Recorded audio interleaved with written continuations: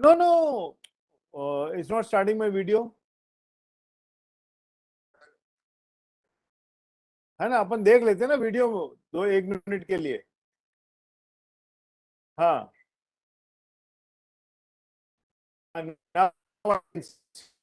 Yes, sir.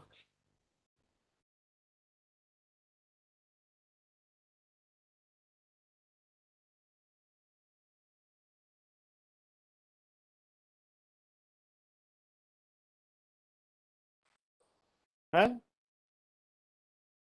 Bank का क्या issue होता है भाई?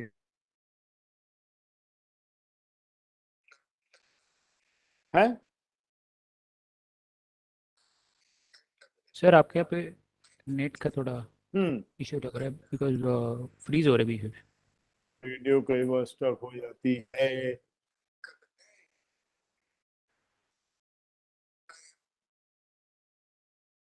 Yeah, why? But why only IOD events should have this problem in my life? Why only IOD events should have problem? Huh?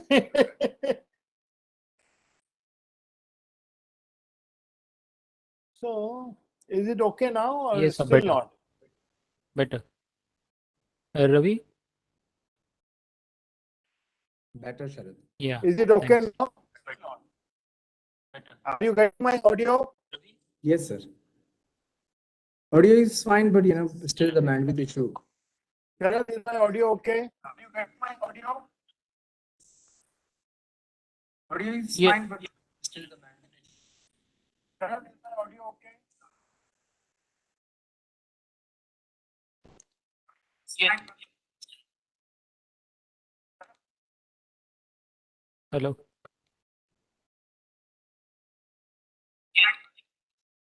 अच्छा शरद, वो क्या हुआ? Q&A जो आने थे, Q&A नहीं आए. Q&A. चेक कर. शरद, Q&A नहीं आए अभी तक. क्या हुआ? एक मिनट से चेक करता हूँ. चेक कर. एक मिनट से चेक करता हूँ. सर ये पूर्णिमा के पास जो रिवर्ट किया था उसका आया नहीं है. रिवर्ट क्वेश्चन रेज किया था वो एक ही था सर. अच्छा, पूर्णिमा के पास आए थे ना कुछ Q&A. हाँ उसमें से रिवर्ट नहीं आया. इन्होंने रिवर्ट किया था ना उनको वापस, उसका रिवर्ट नहीं आया सर. पूर्णिमा के पास आए थे ना कुछ Q&A. हाँ उससे रिवर्ट नहीं आया. इन्होंने रिवर्ट किया था ना उनको वापस, उसका रिवर्ट नहीं आया. Okay, good. So, is the video okay now? Is the audio okay? Yes, sir. Much better. Is the video okay now? Is the audio okay? Sir, one small request. Have you joined with two different devices? Because your voice is echoing. Sir, My voice is echoing. Why is it echoing? Because I have not muted. Okay. I think it's fine now. It's fine now. Is it okay now? Perfectly fine. One small request, sir. Slightly pull down the camera screen, the laptop screen in front of you. Is it okay? Perfectly fine. You are in the complete frame now. Full frame.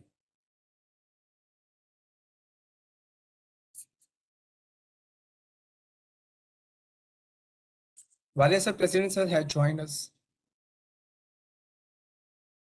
Good afternoon, sir. Vikesh Walia here. Welcoming you. Good afternoon.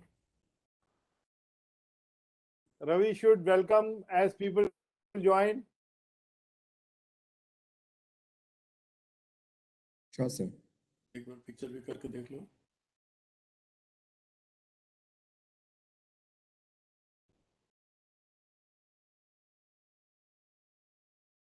सीधे बैठ जाओ.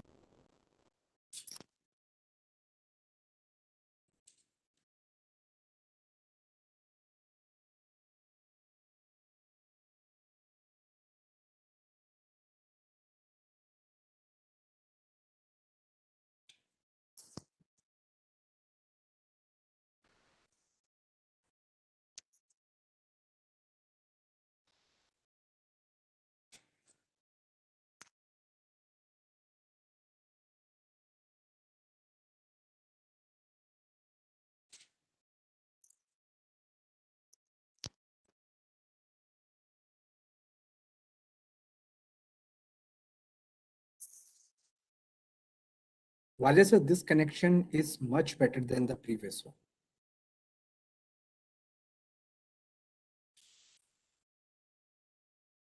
Can you hear me, sir? Yeah, I can hear you clearly. Am I also equally clear to you? Yes, sir. This connection is much better than the previous one.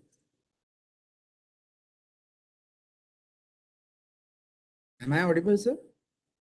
Yeah, you are audible, but your audio is somewhat low. Sir, I'm saying that, this connection is much better than the previous one. Okay.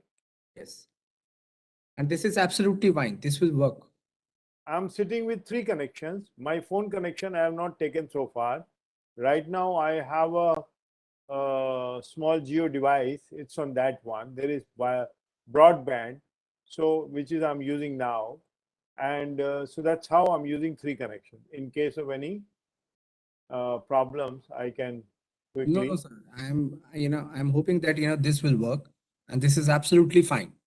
All set.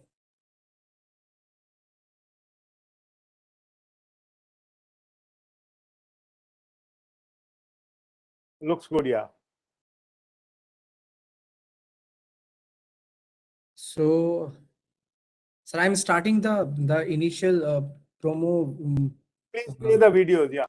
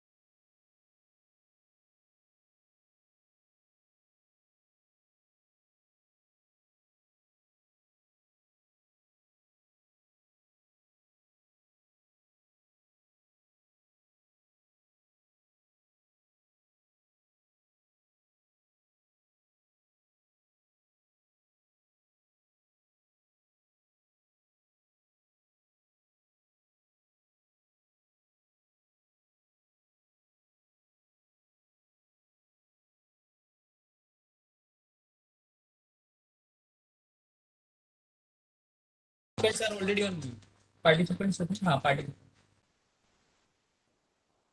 कितना आ गए? Hmm.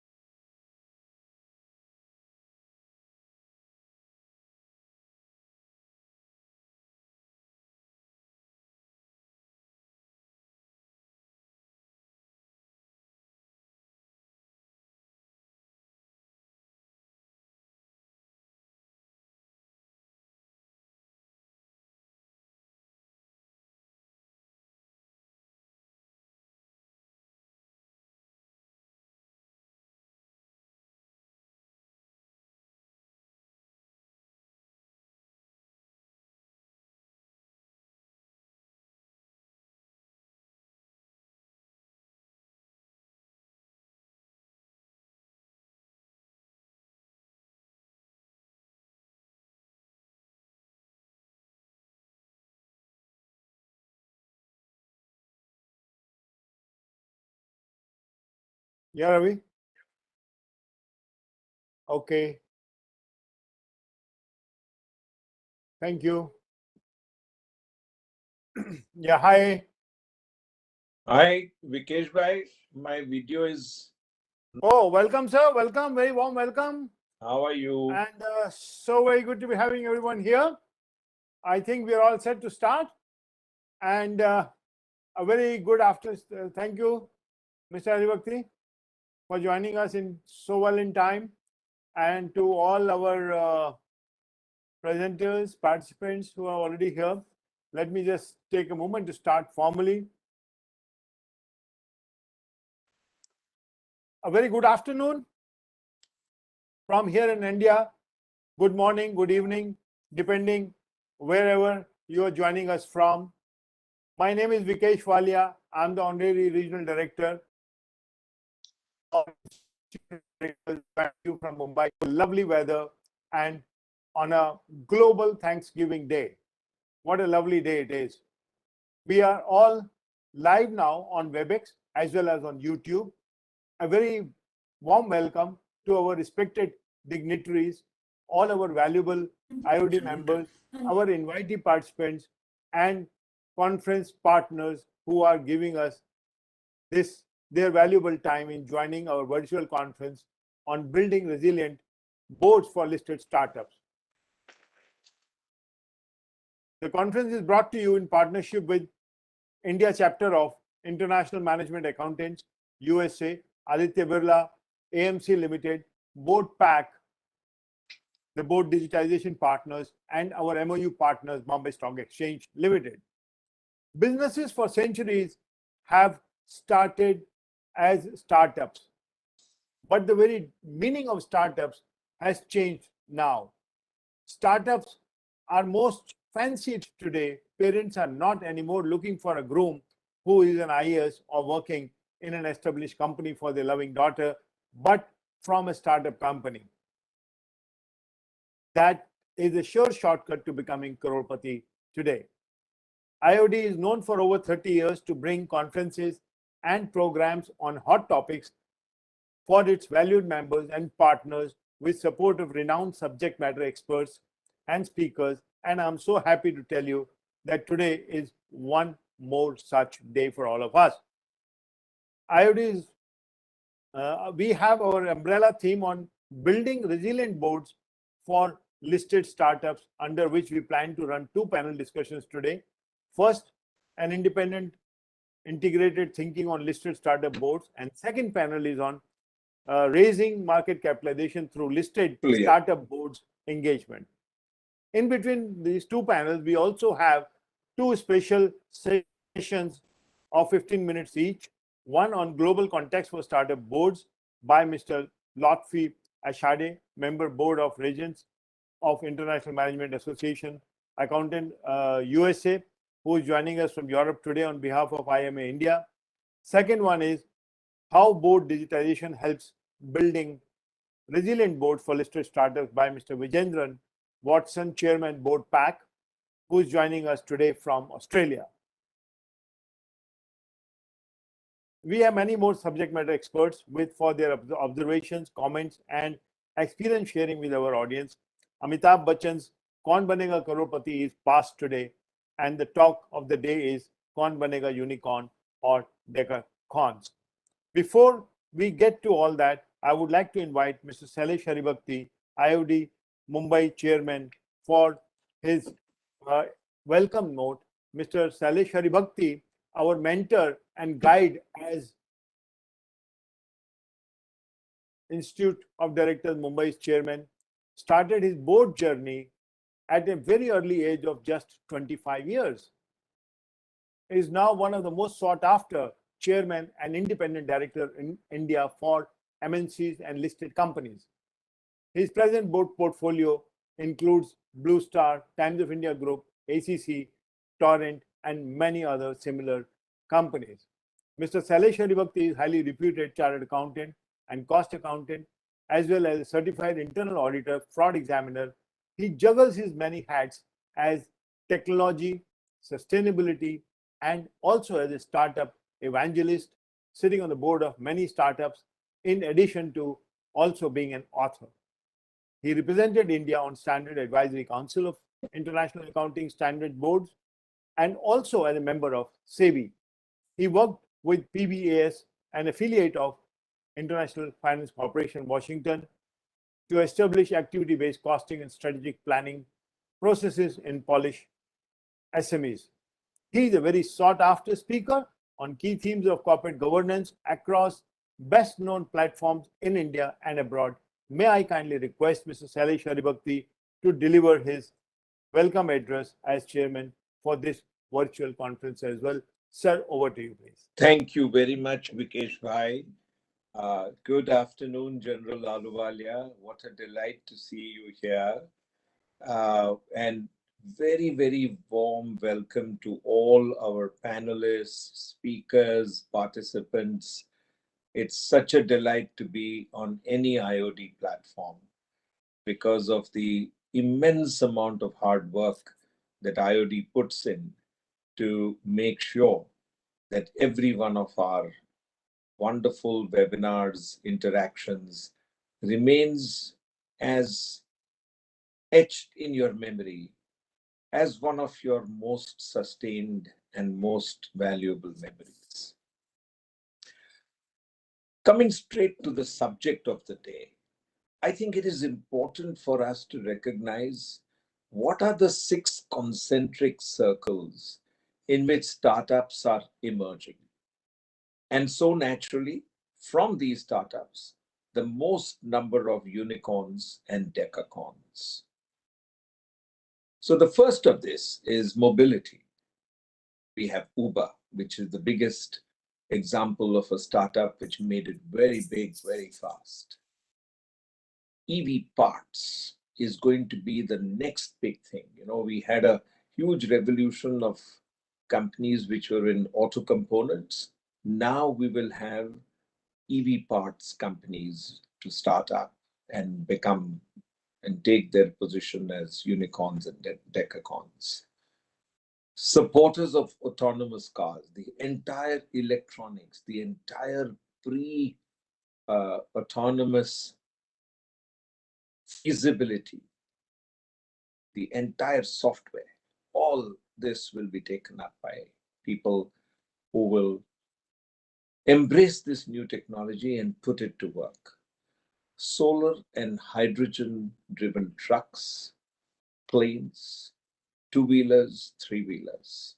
All of this is going to create a multiple set of startups which will grow to become very large companies.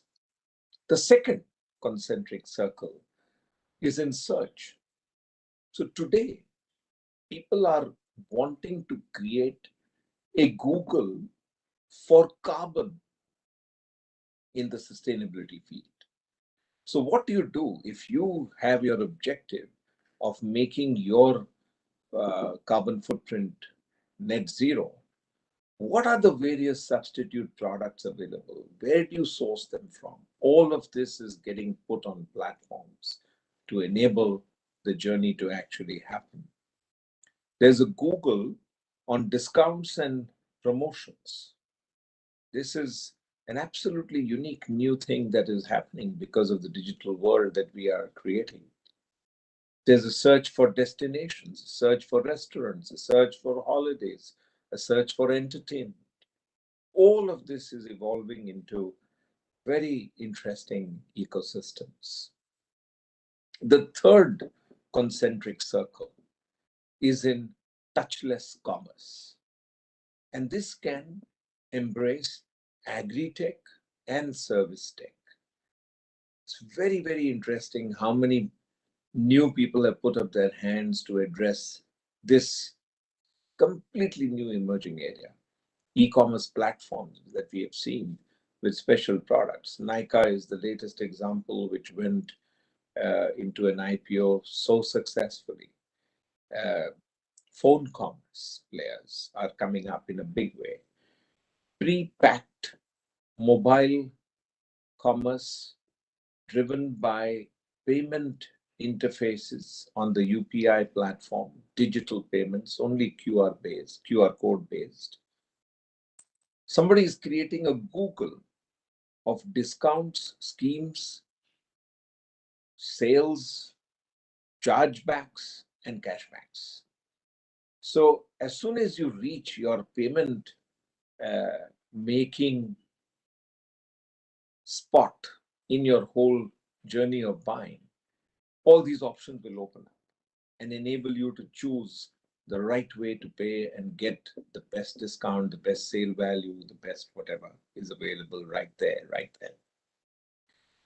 Or the fourth concentric circle, again, very exciting.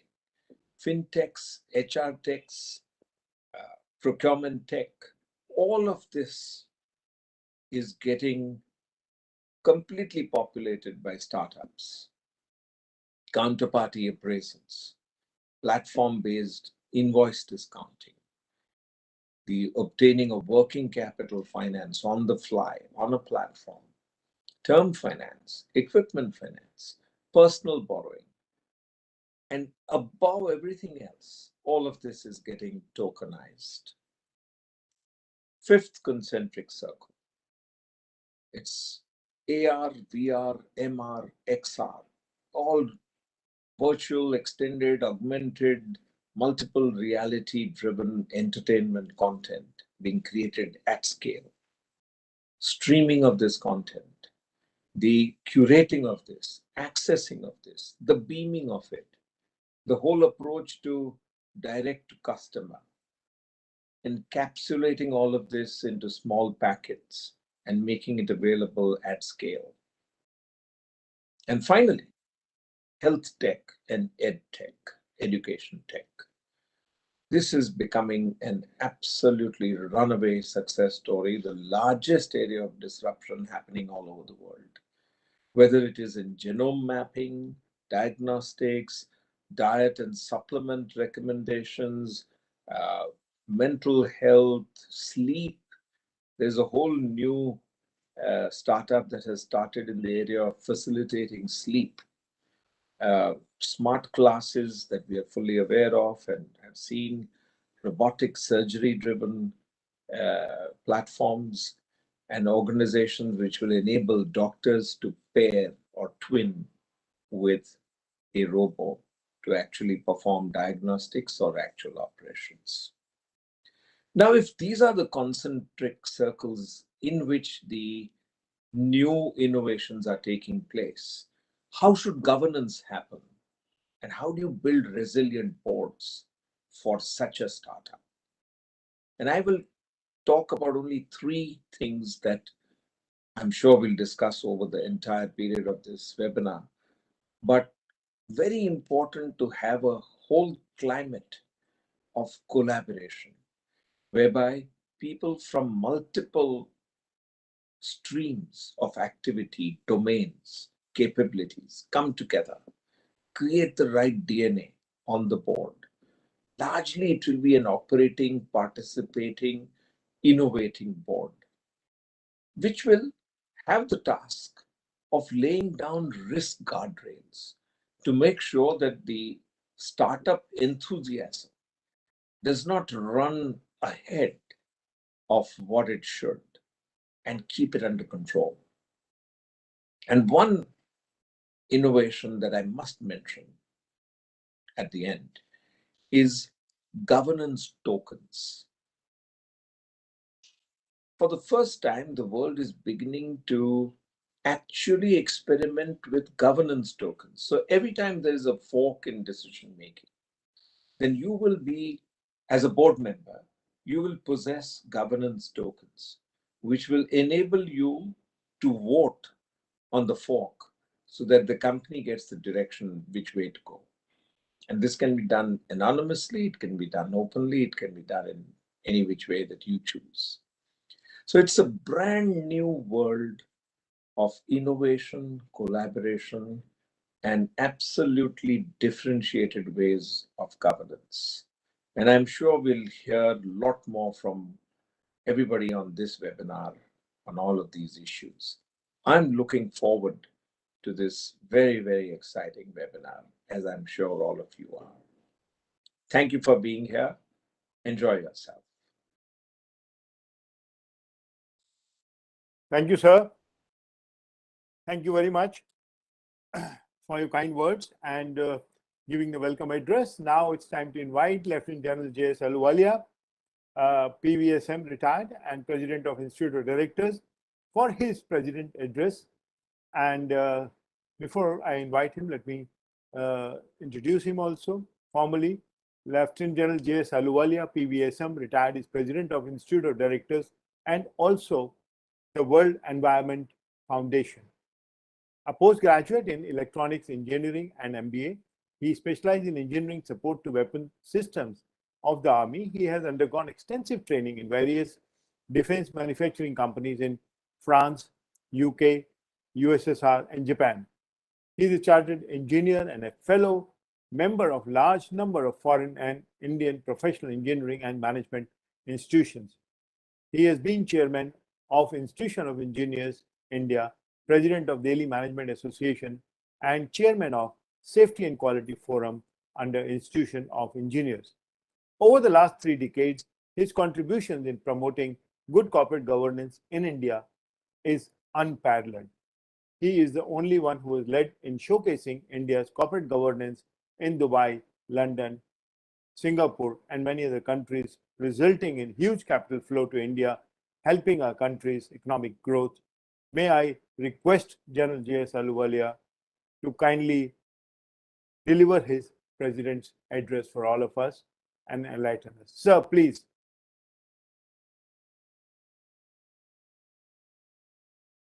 Ladies and gentlemen, it's a great pleasure for me to welcome you all, the professional members of the Institute of Directors, the young business professionals, startups, at this very important webinar organized by the Western region of the Institute of Directors, the Mumbai region, operating under the patronage of its famed honorary chairman, Shri Sailesh Haribhakti ji, and the zonal director, Shri Vikesh Walia ji, and their small team on the theme of building resilient boards for listed startups. Just a few words about IOD. Is a membership-based, not-for-profit, independent professional association of corporate directors, set up in July 1990 to fill this gap in India. We have associations of nearly all other professional bodies like chartered accountants, company secretaries, doctors, lawyers, engineers, and so on, while the directors were left behind, and so how IOD came up. Its main role is prepare future directors, keep them updated for their role, prepare effective boards for future, represent directors' concerns with the government, statutory bodies, and media, associate with government and regulatory authorities for corporate governance reforms, codes, and compliance. Its main activities remain membership and services, training of directors and continual updating, networking of directors, and through regional and national global conventions like the one today. 3, of course, are held abroad, as Vikesh mentioned, annually in London, Dubai, and Singapore. We have a board research and advisory which works on surveys, global good practices, boards, good governance, including compliance issues, etc. And with an eye on the future, we have board's foresight cell, which has recently been set up. Now, startups, talking about them, startups like experiments, some are successful, some not, but are the best ways to bring ideas to the market. Bringing a customer-focused, viable product, creating long-term results and growth, and gravitate to new and different processes and legacy systems. With more than 70 startups in global unicorn ecosystem by now, India stands 3rd globally. This week we saw No Broker, a Bengaluru-based real estate platform, becoming 36th unicorn in 2021 in India, worth greater than $1 billion US. Today, we read Upshot, an online brokerage startup, becoming the 40th Indian unicorn for the year 2021, valued at around 3 billion. During the past 2 decades, Indian government has encouraged young professionals, engineers, doctors, management and professionals, and young creative entrepreneurs who challenge the present business concerns and practices with innovative ideas to try out new products and services and challenge yesterday's business world. The new age technology startups are in a better position to address market concerns. They have cornered a big share of the e-commerce expansion. They use technologies for predictive analysis, real-time performance monitoring to improve efficiency, reduce costs, using blockchain for error-free tracing, big data analytics to drive insights, bringing efficiency at every level, digitizing to cut costs, and investment follows opportunity and returns. More startups are listing on stock exchanges today as never before at huge valuations and market cap to mobilize more capital. Startups are helped by abundance of investors' capital in the private market. Difficulties are in hiring and retaining skilled people, building ownership at scale over the years. But the IPO-bound startups have had to face certain hawkish assessments by stock investors and social media accounts, answering how they would make money to stay for long. Going public entails being open to probing by a large set of people. The startups need to find mentors who have run public companies in the past to help them in this. Moving to a more traditional public market needs striking a balance between staying agile and keeping growth alive. As a listed company, they faced new governance norms with a wider board. Boards now will have different internal dynamics and greater crucial role. The startup boards were small. They consisted of only investor nominated people providing early stage funding and keeping close watch on the financial performance. The new shareholders are bottom line driven against the earliers who were top line driven. The greater expectations are of performance and compliance. Are new board resilient enough to respond to such sudden demands? The stakeholders accept independent, integrated thinking, change corporate culture, and ability to create value.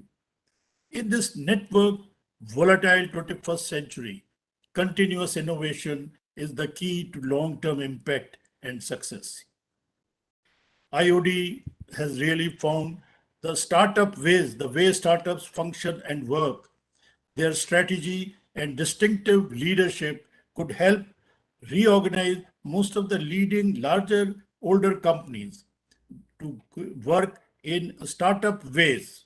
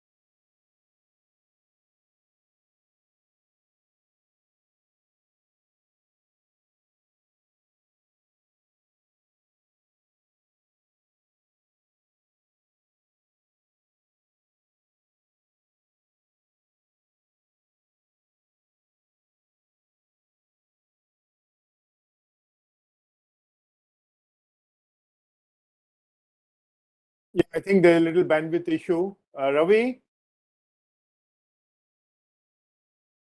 are we sorting that out? Yes, sir. We are Or active. shall we move to the next speaker? Ravi, can you hear us? Yes, sir, I can hear you. Okay, so President's video drop is there. Sir, it's just because of low bandwidth. We are sorting it out.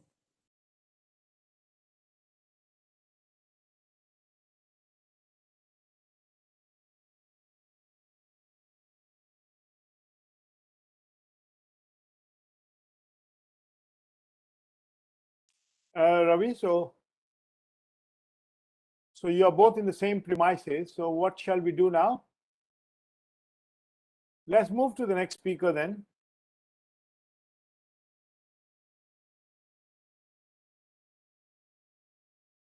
Ravi?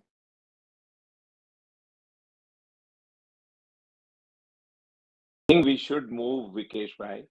Yeah. So Ravi, has Mr. Balasubramanian join us? So he has not yet joined, sir. Sharad here.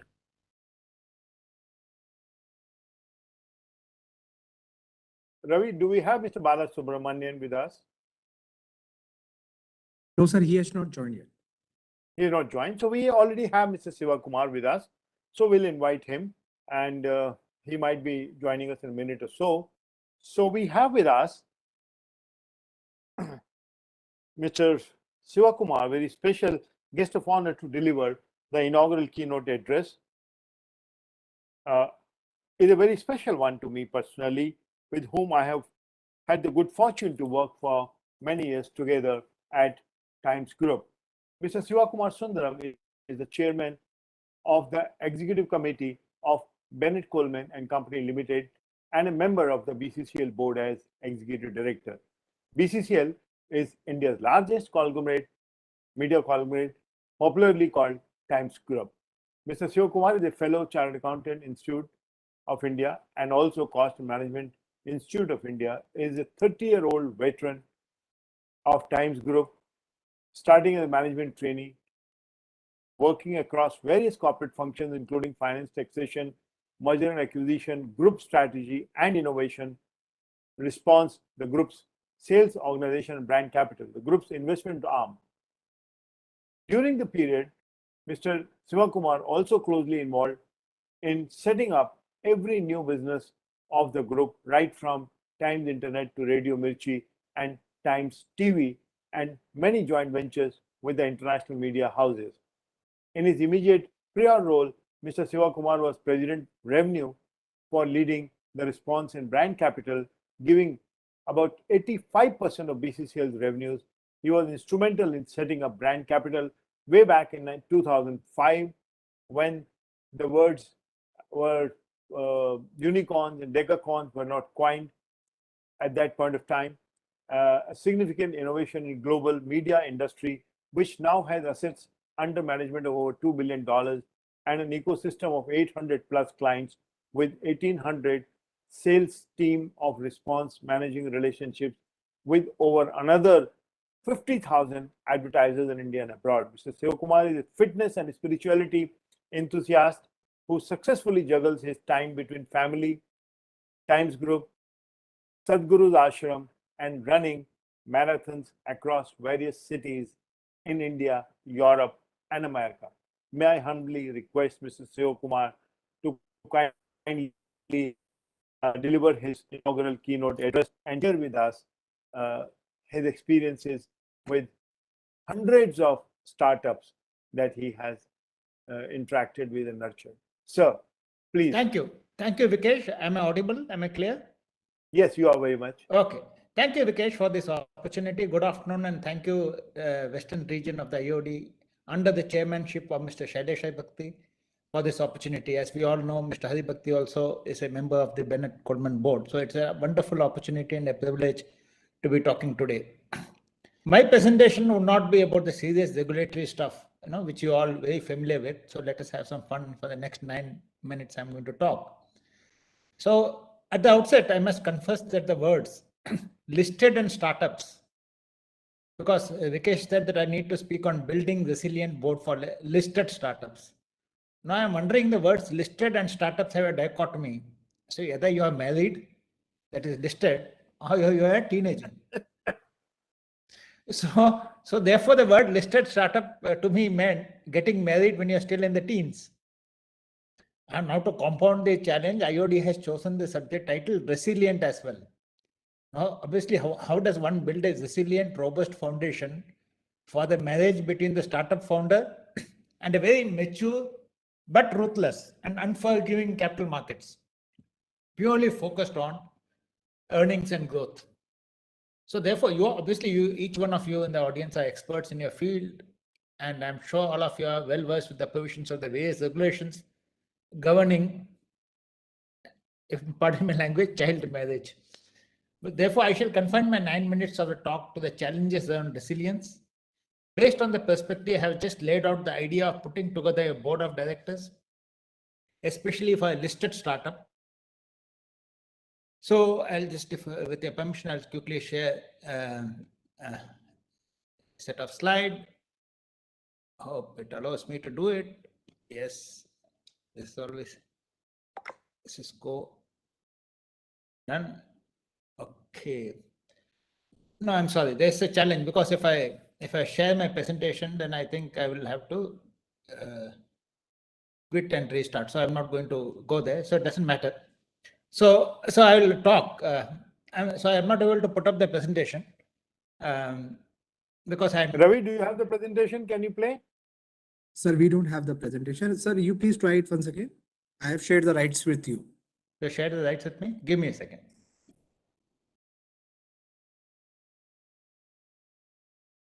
Share open system. Yeah, there we go.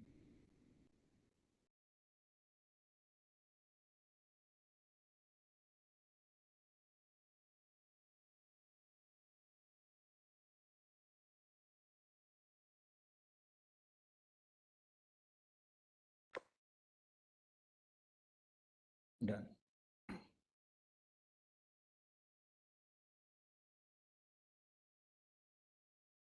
Now, in the interest of time, I think I'm just not able to. Is this?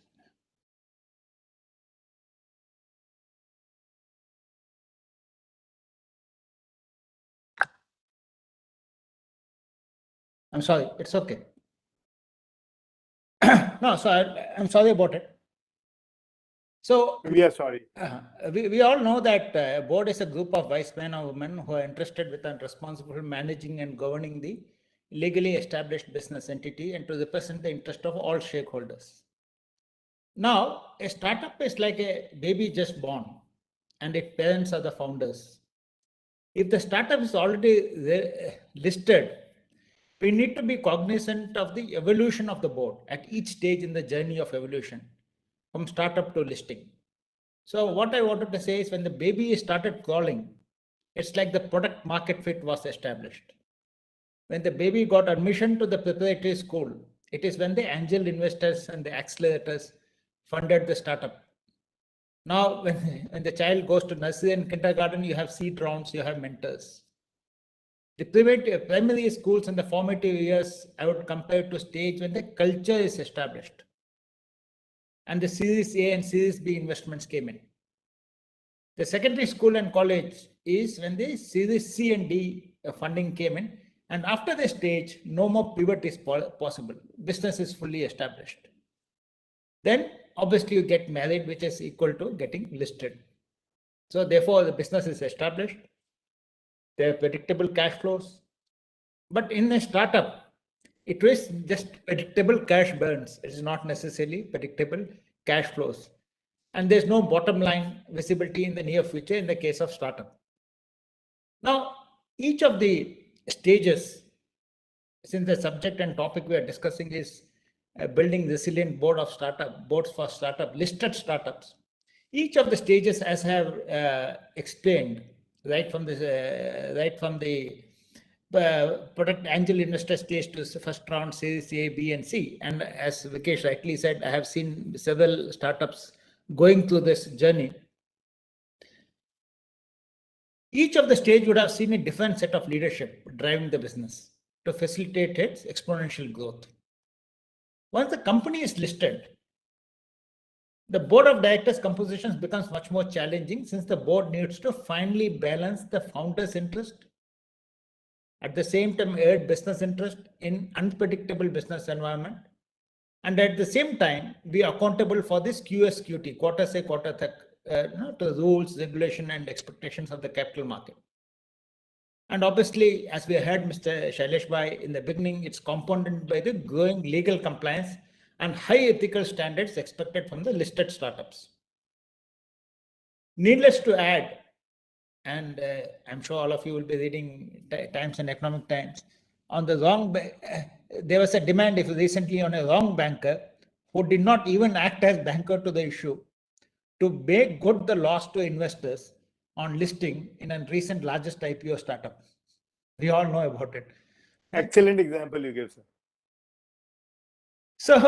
So now comes to the question of initial set of directors. Typically, it's always what we normally understand. Initial set of directors are the founders, friends, relatives, family members, sometimes mentors come in, early stage investors. But most importantly, before listing the startup, we need to reconstitute the board to what is most desirable to avoid embarrassing situations during filing of DRHP, because any change post-listing would mean public disclosures and reporting. In a listed startup, what typically happens is that the fiery ambition and perspective and aspiration of the founders would inevitably clash with the QSQT performance expectation of the capital markets. There is no doubt about it. Therefore, listing is for mature companies and not necessarily startups. But we are seeing the trend, change in trend. And therefore, there are a lot of startups, companies with cash burn who are now listing, and therefore IOD has chosen the perfect subject, how to deal with it. I must compliment Shailesh Bhai and Vikesh for choosing this subject, because this needs much more debate. Because the innovation curve is very rapid, needs constant pivoting like river rafting in the rapids.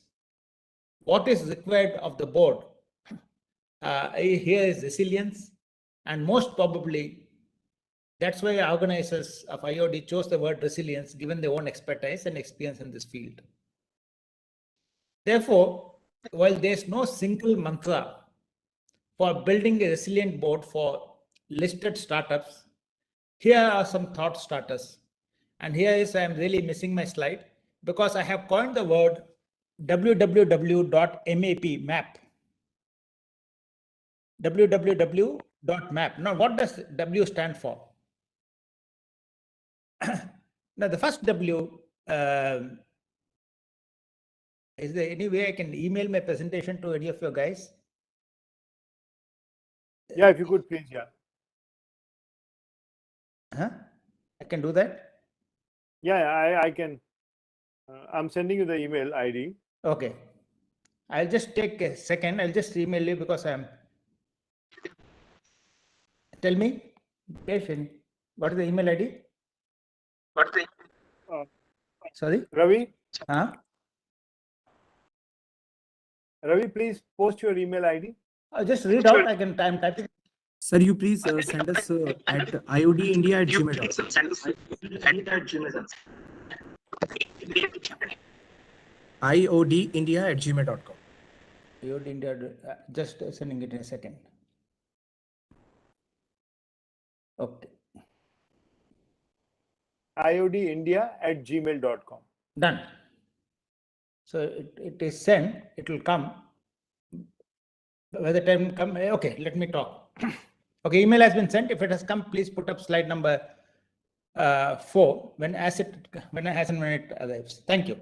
You can hear me, Vikesh? Thank you. Yeah, I can hear you very Okay. clearly. Now this is very interesting. Audio is very good. Stay with me. www.map.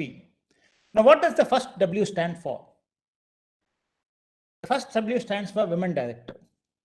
Now, here I'm not talking about compliance. We all know about compliance, but creativity, constructive feminine energy, which prevents conflicts and facilitates and ensures productive meeting. This is the most important thing, especially in a listed startup. We all know every situation is different, every business is different, and needless to add, there's no one size fits all. The chemistry, mutual respect and trust of the board, and the ability to provide EQ, emotion quotient support to the CEO and the management is a strong hygiene need. So therefore, first W of my WWW is women director. The second, guys, thank you so much. Thank you so much. So this gives you a visual depiction of what I want to talk about. The second is a war hero, an entrepreneur who founded and sold his business, a person who has been CEO of the startup, who has a very strong relationships and network effort. He would tell you what mistakes not to make and what mistakes he has made and what he has learned from them. The third, most important, and this is also a favorite subject of Shailesh Bhai, ESG. Not only ESG, now beyond ESG is the diversity across all dimensions, diversity of thought, diversity of experience, relationships, background, gender, ethnicity. There's so much things. Today, the board, the company, the organization, the product, the service has to be OAK compliant. And preferably, this position has to be an independent director. I have marked with asterisks. So this is my WWW. Then the fourth is a new age maverick. The new age digital and technology maverick with established track record. Now you can tell me that how can a maverick have established track record? But in a listed company, you need a person. He's a maverick, but an established authority. So therefore, because what you need from investors is patience, but they will only listen to anyone with established track record. Maverick is important, who will guide you in the business. At the same time, he will be able to explain some of your crazy action, the hunger for growth, and be able to convince the investors to be patient and not ask for the QSQT. Next, the fifth, again, preferably an independent director, should be the devil's advocate, as I call it, an independent thinker, a mentor, a management expert, preferably, again, independent director, but who wears the black hat. We all know about Edward de Mona's black hat, and challenges both status quo as well as questions your continued cash burn. He's your advocate, he or she is the advocate most, and will help you shape and direct the future direction of the business. The last but not the least is the protector, the most important, again, preferably an independent director who understand regulation, because you are married. And if you go to my previous slide for a second, because I didn't have the opportunity to, thank you so much. Do you have my previous slide? If you can go to my previous slide. Yeah, thank you. So this is the marriage of the startup with the capital markets. As you can see, this is the marriage of, as I said, the entrepreneur with the capital markets. They are consumers. You need legal guardrails, regulators, judiciary. You have auditors, law enforcement, compliance. And then there's media, there's investors, retail institutions. So your ecosystem suddenly has shifted from one to many. So this is what the listed startup has to deal with. So go to my next slide, please. And therefore, next slide, please. And therefore, the protector, the regulatory and corporate governance expert. No, the previous one, please. Yeah, no, next. WWW. Stay with that. Yeah, please, that's it. Thank you. So somebody who understands the rule, processes, and procedures required to guide the way corporates behave, operate, all the while balancing the interest of stakeholders, shareholders, management, employees, customers, suppliers, finance, government, community, and list is endless, with the ultimate objective of growing the business successfully and optimizing long-term financial returns to the shareholders. When we say whom to have, it's also important to say whom not to have. And this incongruous experts, we always get people because of their name. And I can give you a crazy example. When Yash Chopra and Javed Akhtar were on the board of Jet Airways. So anyone who really does not understand your business, or you just have the name for the name, so it doesn't work in a listed startup. The investors see through it.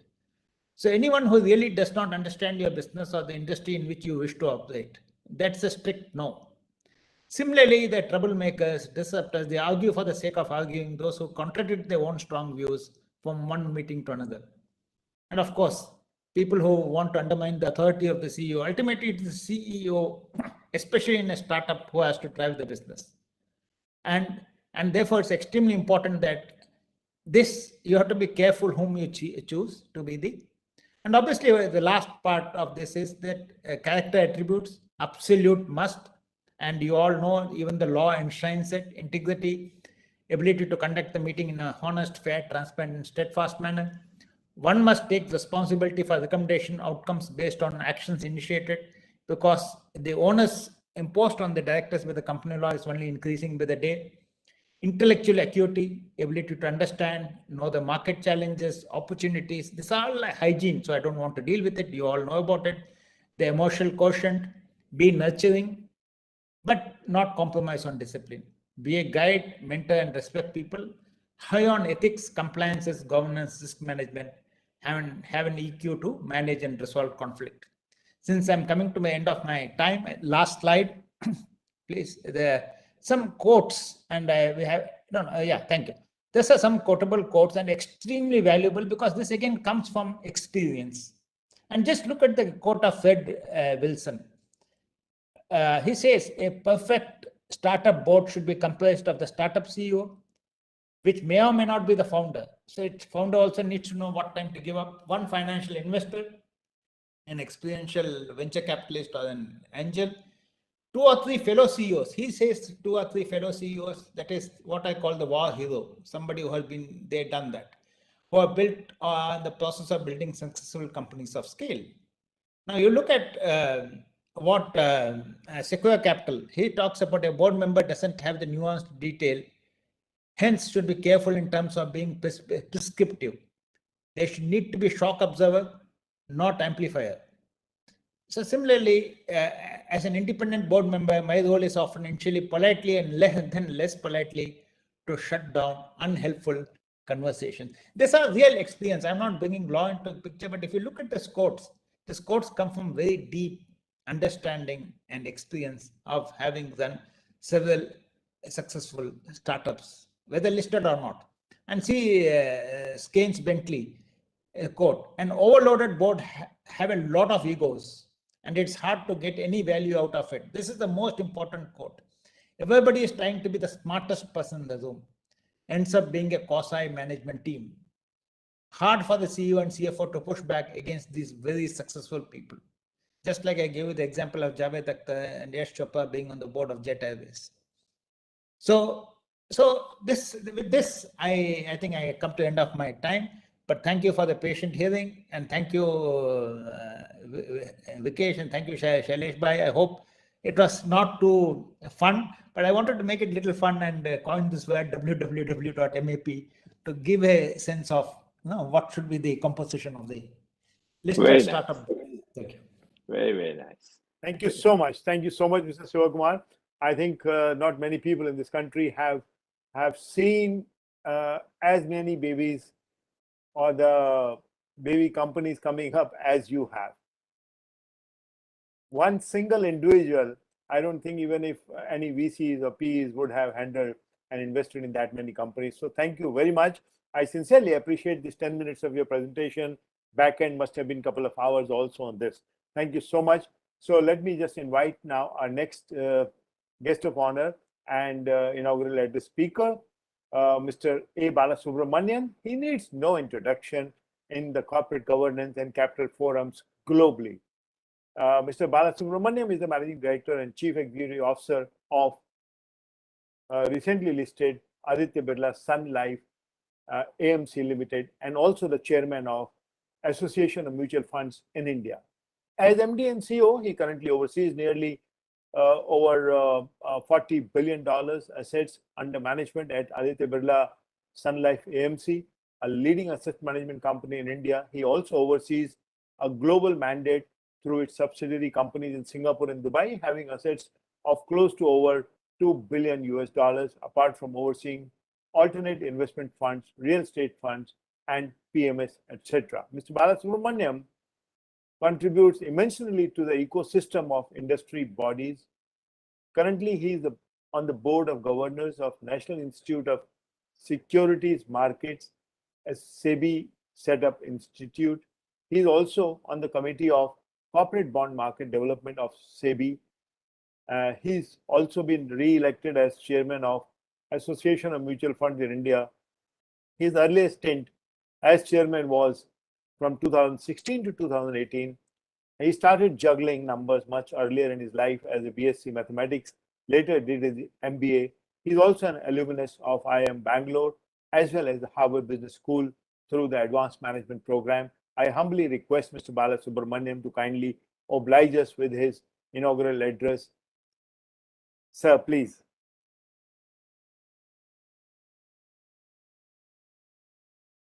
Hearty welcome, sir.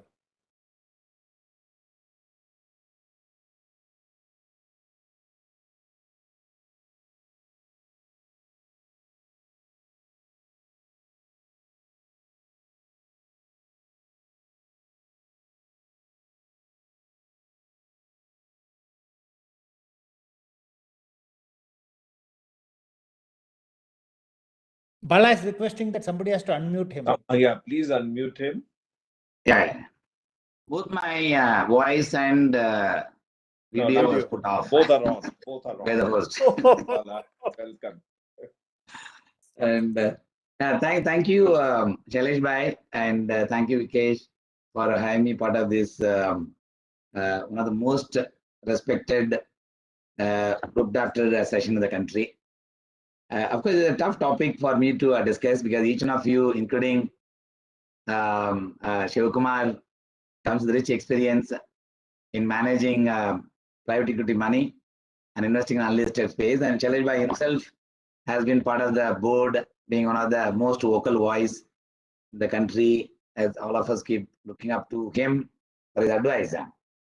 And of course, when he asked me to, of course, speak on this, definitely I said I'll speak, given the fact that post, of course, listing, definitely your responsibility goes up significantly from the assumption that one would have had a different point of time, and also being part of the listed space for many number of years. Definitely, I think the role of board, which I think is talking about the topic of discussion, definitely increases significantly. See, first and foremost, for any startup companies, the purpose for which the company is being built, that's something is extremely important for everyone to understand, and for the board member to understand. I think it's very, very important. Given the fact that among the most of the startup companies, historically, we have seen the companies that survives the entire period from the time they start up and they become a full operating company and start making a profit eventually. That takes a lot of time. In this process, there are many companies in the past we have seen post 1999 bubble. There are many companies that have survived. There are many companies also died despite having robust product, robust processes, and robust expectations. And most of the time in the startup companies, expectations do not materialize as we initially draw a roadmap. Therefore, the board members, first of all, have to understand the responsibilities that they have on them on seeing the business, the opportunity that for which the company has been set up, on the base of which and what kind of guidance has come from the board. I think it's completely different from the guidance that come for board from the unlisted companies. So listed companies.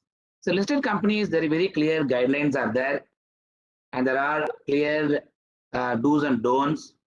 Fortunately, they're all defined by the regulation, and the regulation has gone about detailing out every responsibility, including the director has to have certifications and so on and so forth, etc. Whereas the case of unlisted companies and startup companies, you don't have such very clear-cut guidelines and how the board of directors have to function. Therefore, the responsibility on board of directors in the startup company is completely different. That's first point I just want to say. And second is the responsibility not just come in the form of supporting the management team and understanding the business growth opportunities. It also comes in the form of ethics and integrity in which these companies have to operate on the basis of the purpose for which the company has been set up. Many times in the startup companies, one may say something, but what they do will be completely different from what they say, the objective. And the money would be raised for some purpose, but there is absolutely no guarantee the money that is being raised how to be used actually for the same purpose for the money being raised. It can actually go into somewhere else. And when I say somewhere else, not necessarily actually the money is being taken away. The money actually can go into actually some of the businesses which you think that yes, this business is not is not something, is something I see it as a growth sector. And therefore, I have to shift my objective. Therefore, the money may go somewhere else. Therefore, the responsibility of board, especially when raise money from the investors, and investors puts money on the basis of certain assumptions and understanding of the companies, clearly ensuring that the money is being actually put to use. Basically, I'm talking about the end use of the money. There's something, the monitoring of that, I think will be very, very important. And why I'm specifically saying this, there was a recent case, one of our directors himself got questioned by the regulator. Being part of the board, the company is raising some ADR money from overseas, and the purpose for which the company has raised this money is said something, but finally the money has been used for some other purposes. But the independent directors, of course, have said okay for everything without they having a deep knowledge about how the entire model works. But of course, they always said that they are nothing supporting the management, and rather they felt that whatever the management is saying is perfect. Therefore, let me go by what the management is saying without having a deep knowledge on that. The moment the end use actually came into the question mark, the director is getting a notice from a regulator saying you are also party to the whole things. Please explain. And the board of directors asking me, actually, Bala, this suddenly has come, what should I do? So this is a dilemma. Therefore, the responsibility that is there with the director, especially in startup companies, would actually is far higher than even the responsibility that they are in existing listed space. Because listed space, everything is transparent. There is somebody is questioning you. That somebody is nothing but an investor. It could be a minority shareholder. All people like as a money manager. There is a proxy voting services that it tracks. Therefore, there is a public scrutiny in the public listed company is far higher than the public scrutiny that exists actually in the unlisted space. Therefore, the board of directors comes, it is easy to take the responsibility and position. But enough the choosing such directors is something would be extremely important given this kind of practical challenges which individuals may go through. That's something I just want to highlight it. Therefore, the main purpose in building a very resilient the board would be one in the nature of protecting the longer term survivability of the firm first. Next comes the shareholders. The survivability of the firm itself is very important. Therefore, the protecting the firm, then comes the shareholders and other stakeholders, I think would be the key responsibility in any startup company. Therefore, the company survives, then naturally everybody has the benefit. That's something that remains very key. Therefore, the governance model that is being built in, one, the advisor to the entire network, and then the access that one brings in. Secondly, of course, the way the reporting is being standardized, and the reporting can actually vary from place to place, person to person, and what you want to disclose, what you don't want to disclose. Therefore, bringing a high level of transparency in the startup company itself right from the day one, they would also be very, very key. The financial reporting is something that will be very key. And within the financial reporting, the way one goes about accounting. I still remember a very case studies where the Steve Jobs apparently challenged the Apple entire accounting group. Then it was set up in the way back in 94, 95. The entire accounting of revenue got completely changed, but not by the board, by single person with Steve Jobs. The revenue accounting completely got changed on basis of only one single factor.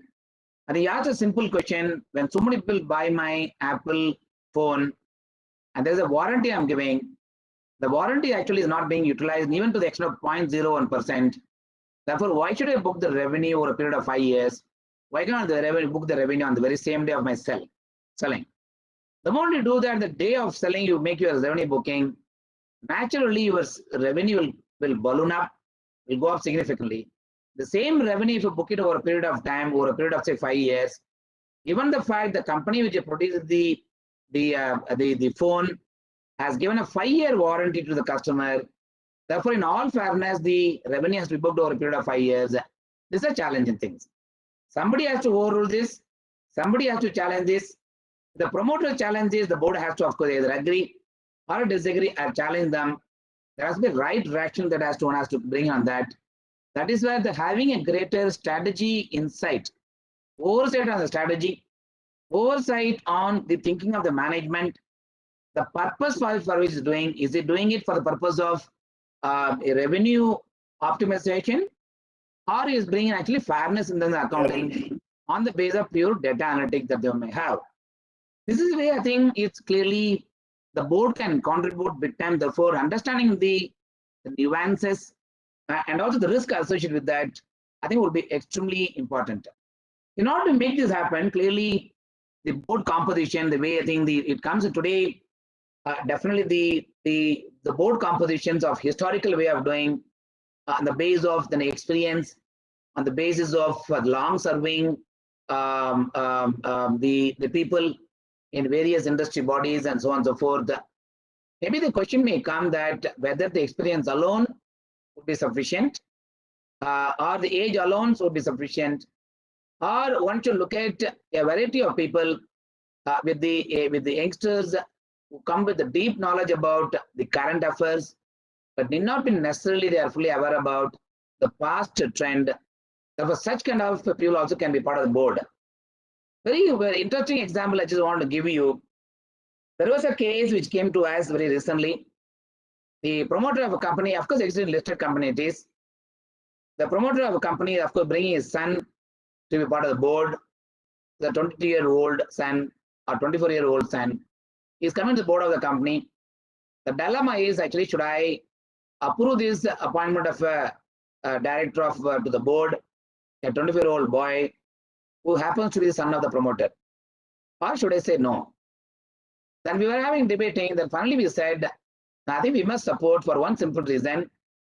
He may be a 24-year-old, but the very fact that he is the son of a promoter, and having now been working with the father in the factory and going to the factories every now and then, working as a shop floor gentleman, therefore his learning curve actually is faster than the learning curve which I think would have somebody coming from outside.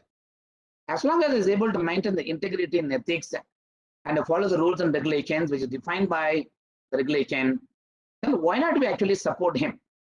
So therefore, the bringing in youngsters need not necessarily do a harm for the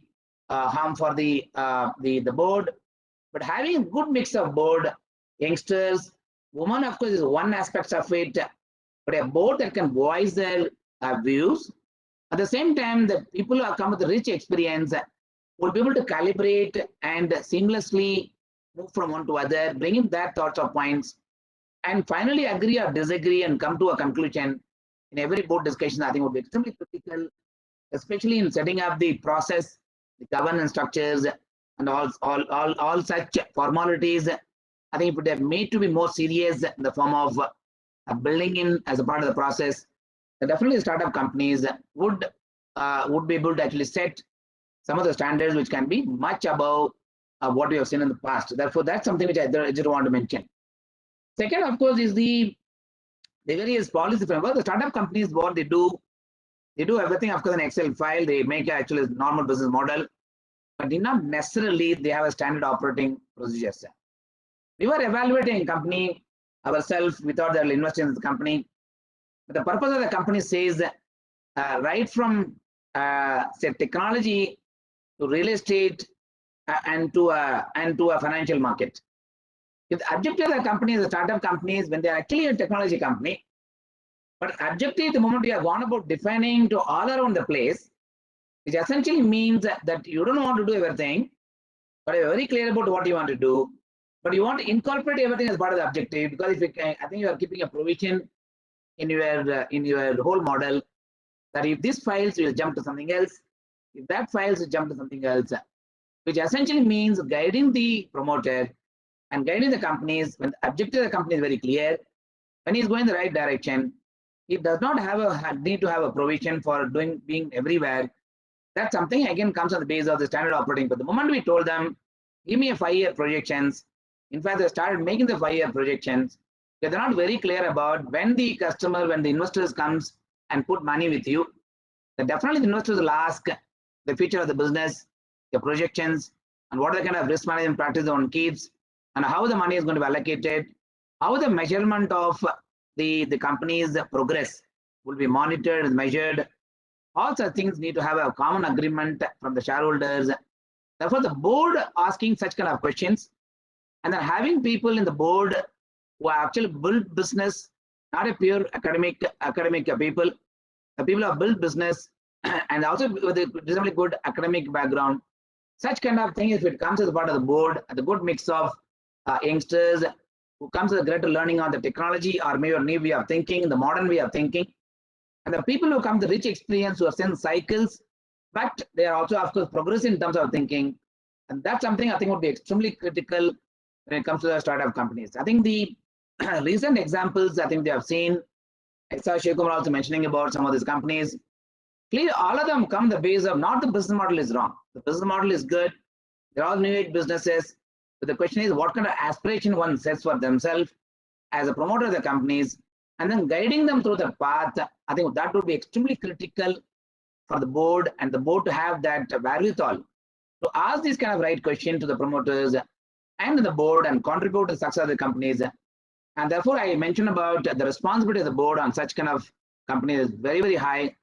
Therefore, the responsible way of running the business, ethical way of running the business, and everything that we do, there has to be a trust element, integrity, there has to come honesty, which has to come and by which nothing but allocation of resources as it is rise for the purpose for which we are taking.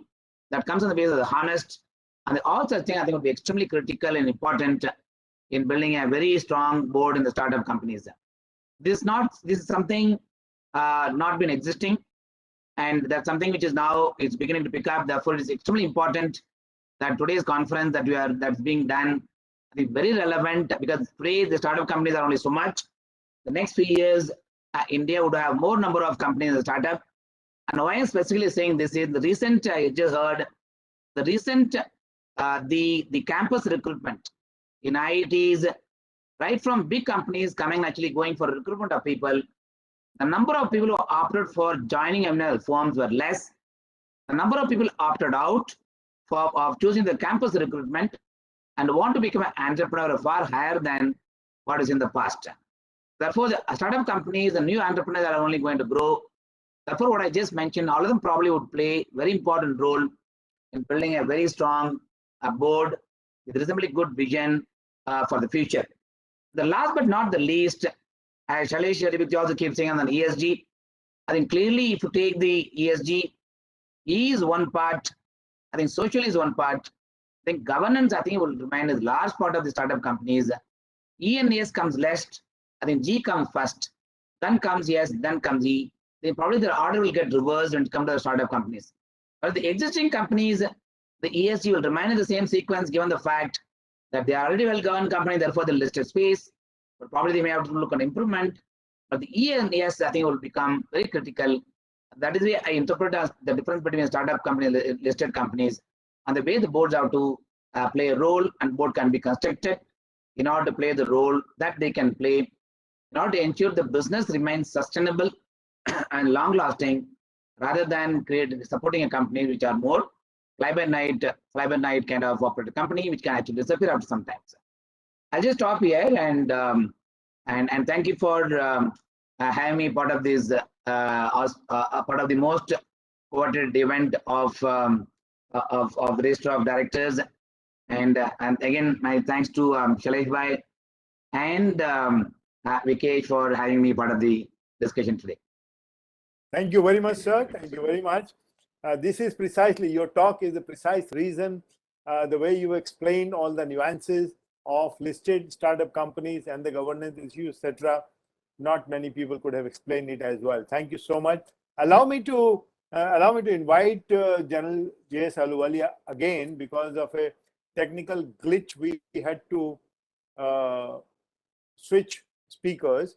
So may I request General Ahluwalia, President IOD, to please join us for his President's address.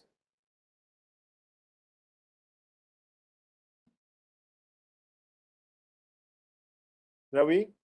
Thank you, Vikesh. I will just say, see, I had mentioned about the startups. I'm so glad that Mr. Balasubramanian has explained a lot of things concerning their going on to the market, the stock market, listing themselves, and showing and proving as to how they are functioning. Their IPO bound problems of startups, the new boards which they have to go through as a listed company, and its own requirements, its own governance standards, etc. So those points have very well been brought out. This is something in which I had decided to say a few words, for which I don't think there is any need now for me to say. So, but still, because I just was saying that new shareholders are bottom line driven against the earlier who were top line driven, when these people were looking at their governance systems and seeing how the innovation or innovative methods and investment were coming in to bring them up and move forward.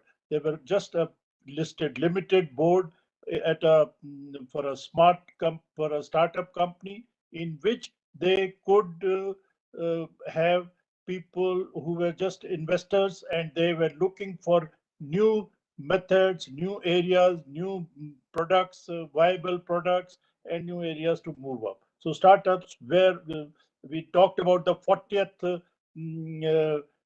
icon for the year 2021, who has gone up today, this morning. And so it is they are able to, apart from IPOs, they are able to get in a lot of market value for these companies.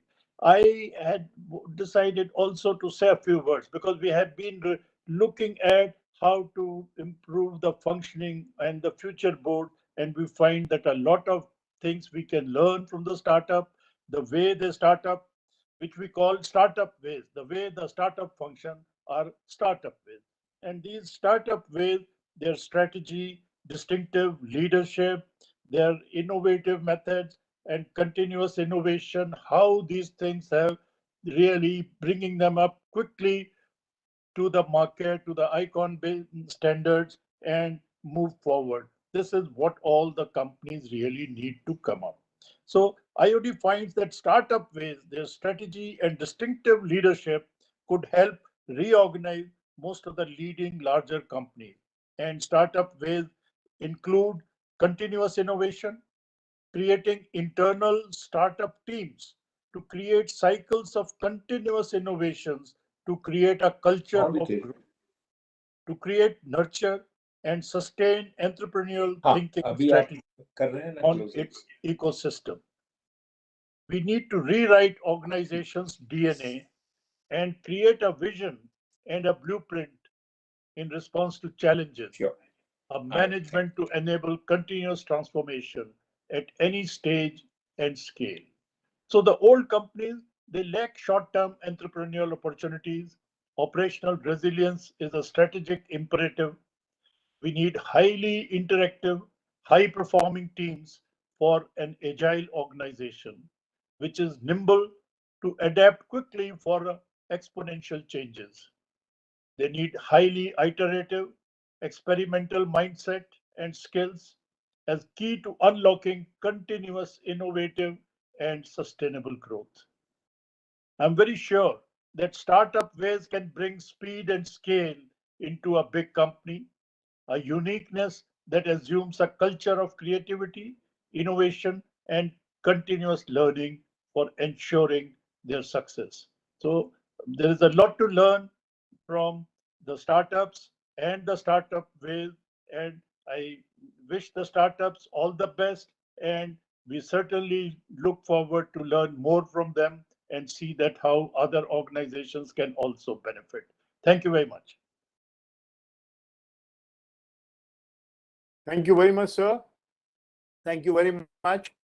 We sincerely appreciate your time.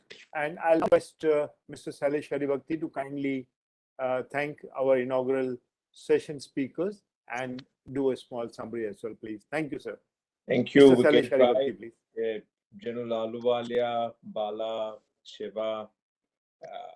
It is such a delight to listen to this particular session because of the closeness that I feel with both Bala and Shiva. It was particularly refreshing to listen to their very articulate views.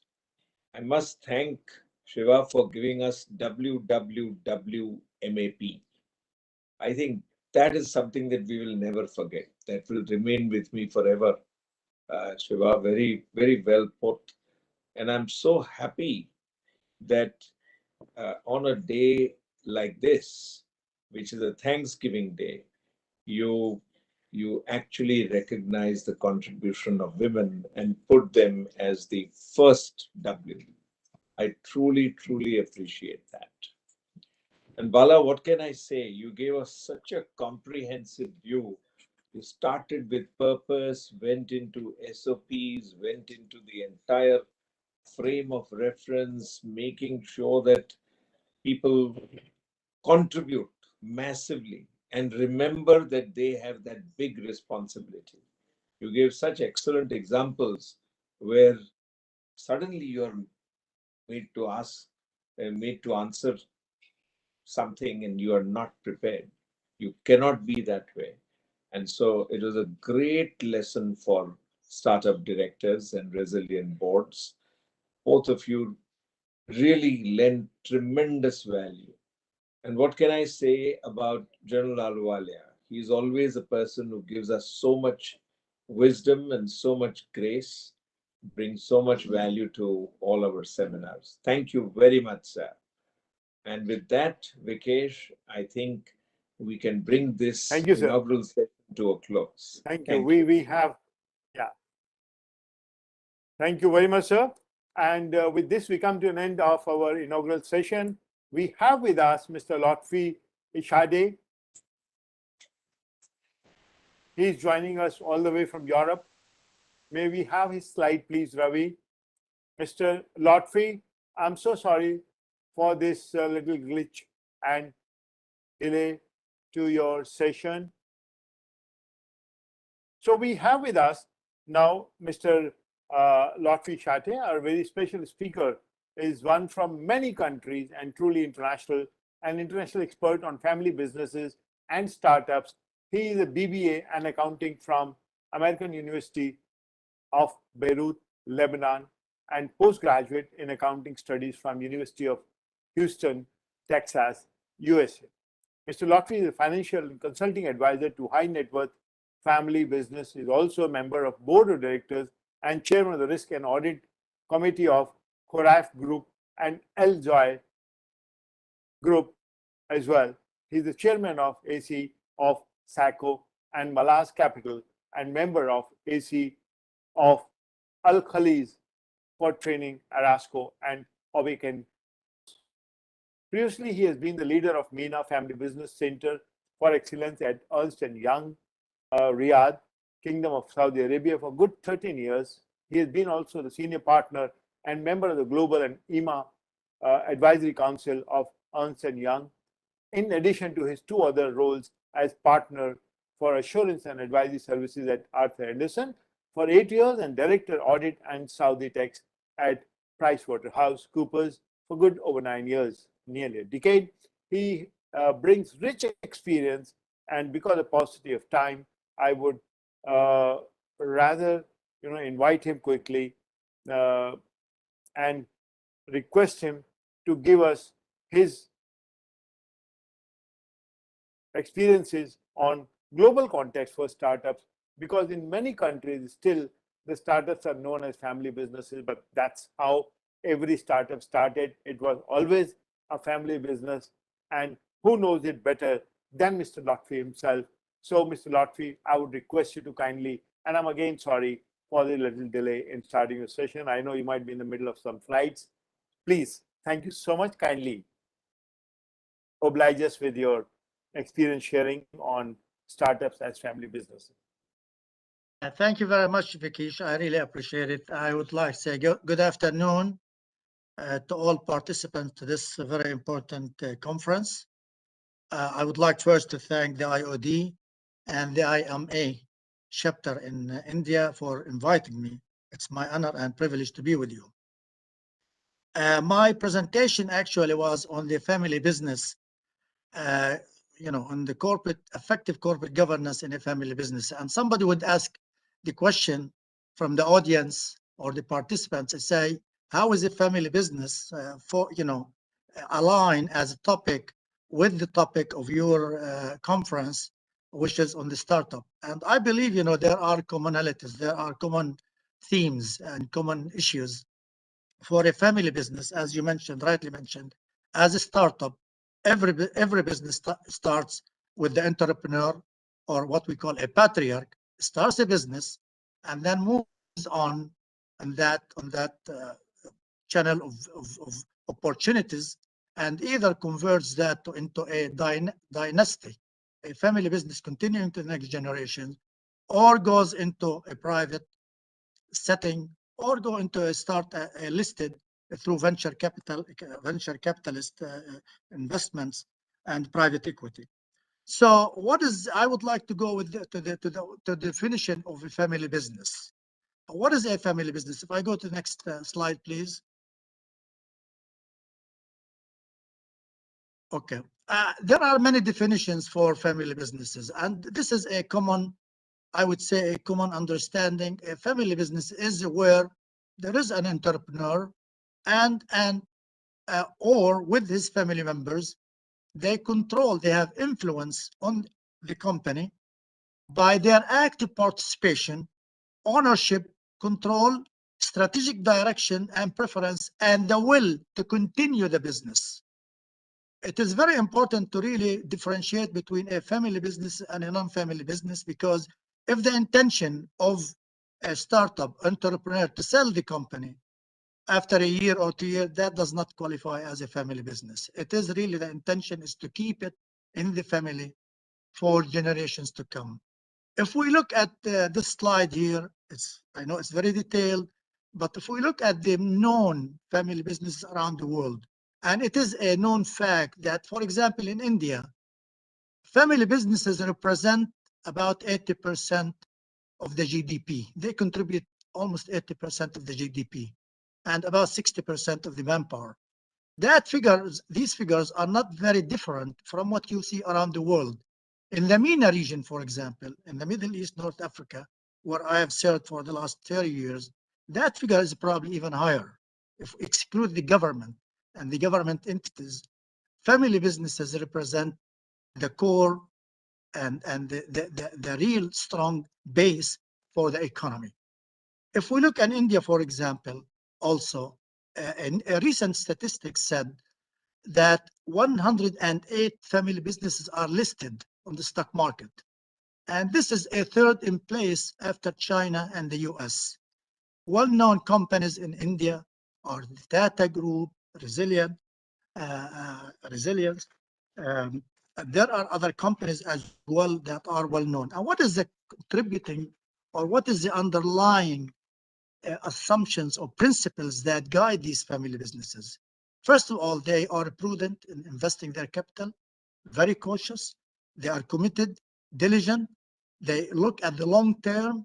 They are there for the short and long haul. You know, if they go through crisis, they go through good times, but the intention is to maintain that for the long term. And there is also a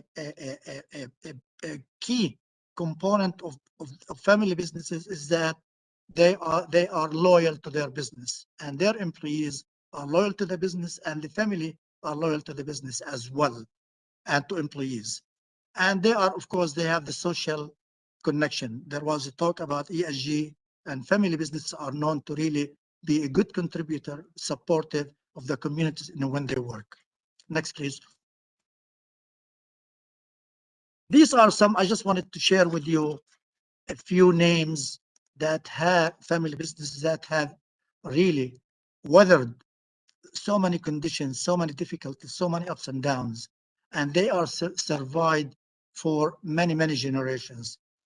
The first, for example, the first name is in the 48th generation and from Japan. Hoshi Ryokan is also in the 46th generation. And we see many of these companies, family businesses in India, in the Far East, in Europe, in the US. They survive because of their commitment to the long haul. They are not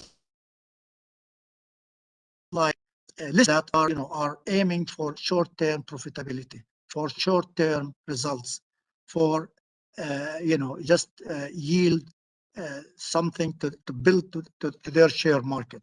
No, they are for the long haul and for the long term commitment. Next, please. Next. Okay. This is very, very important. And I would like, the participants to really focus on this. If they want to take something from my presentation, is this slide. And this is based on a well-known study, well-known research done by Renato Tayaguri and John Davis from Harvard Business School. And it talks about family business, the ownership and the business. And these are interrelated, they are linked, they overlap. And if you look at each section or each sector, each group, they have different expectation. They have different, aspirations. They might have different interests as well. So, for example, number one is a family member who is not in the business, who is not an owner. What is he looking at the business? If you, on the other hand, for example, you have somebody who is in the business, he is not an owner and he is not family. The critical components are where those intersecting points. If you look at number 7, he's a family member, he's an owner, and he's a business. And that's where issues, where conflicts, where really, I would say, emotions filter into from one area or from one sector or from one circle to the other circle. And that's where governance, good structures, good policies and protocols really guard against falling into some of these issues. Next, please. Key challenges for external pressure, and this is for everybody, whether it's a startup, whether it's a 100 years company or listed company just a couple of years ago. There is the external pressure, where there's economic conditions. We have the COVID crisis, we have geopolitical issues, regulatory issues, as well as the new technologies. Everybody is moving into digital world, into digital applications. And if you are not in that business and you are not well geared to what's happening around you, you're going to be out of the market. On the right side, this is really issues related to the family business. We talk about succession planning. We talk about family members getting in the business. We could talk about the board of family members, family businesses that are not qualified, and then the increasing number of family members. What their expectations? What do they look at the business really for them?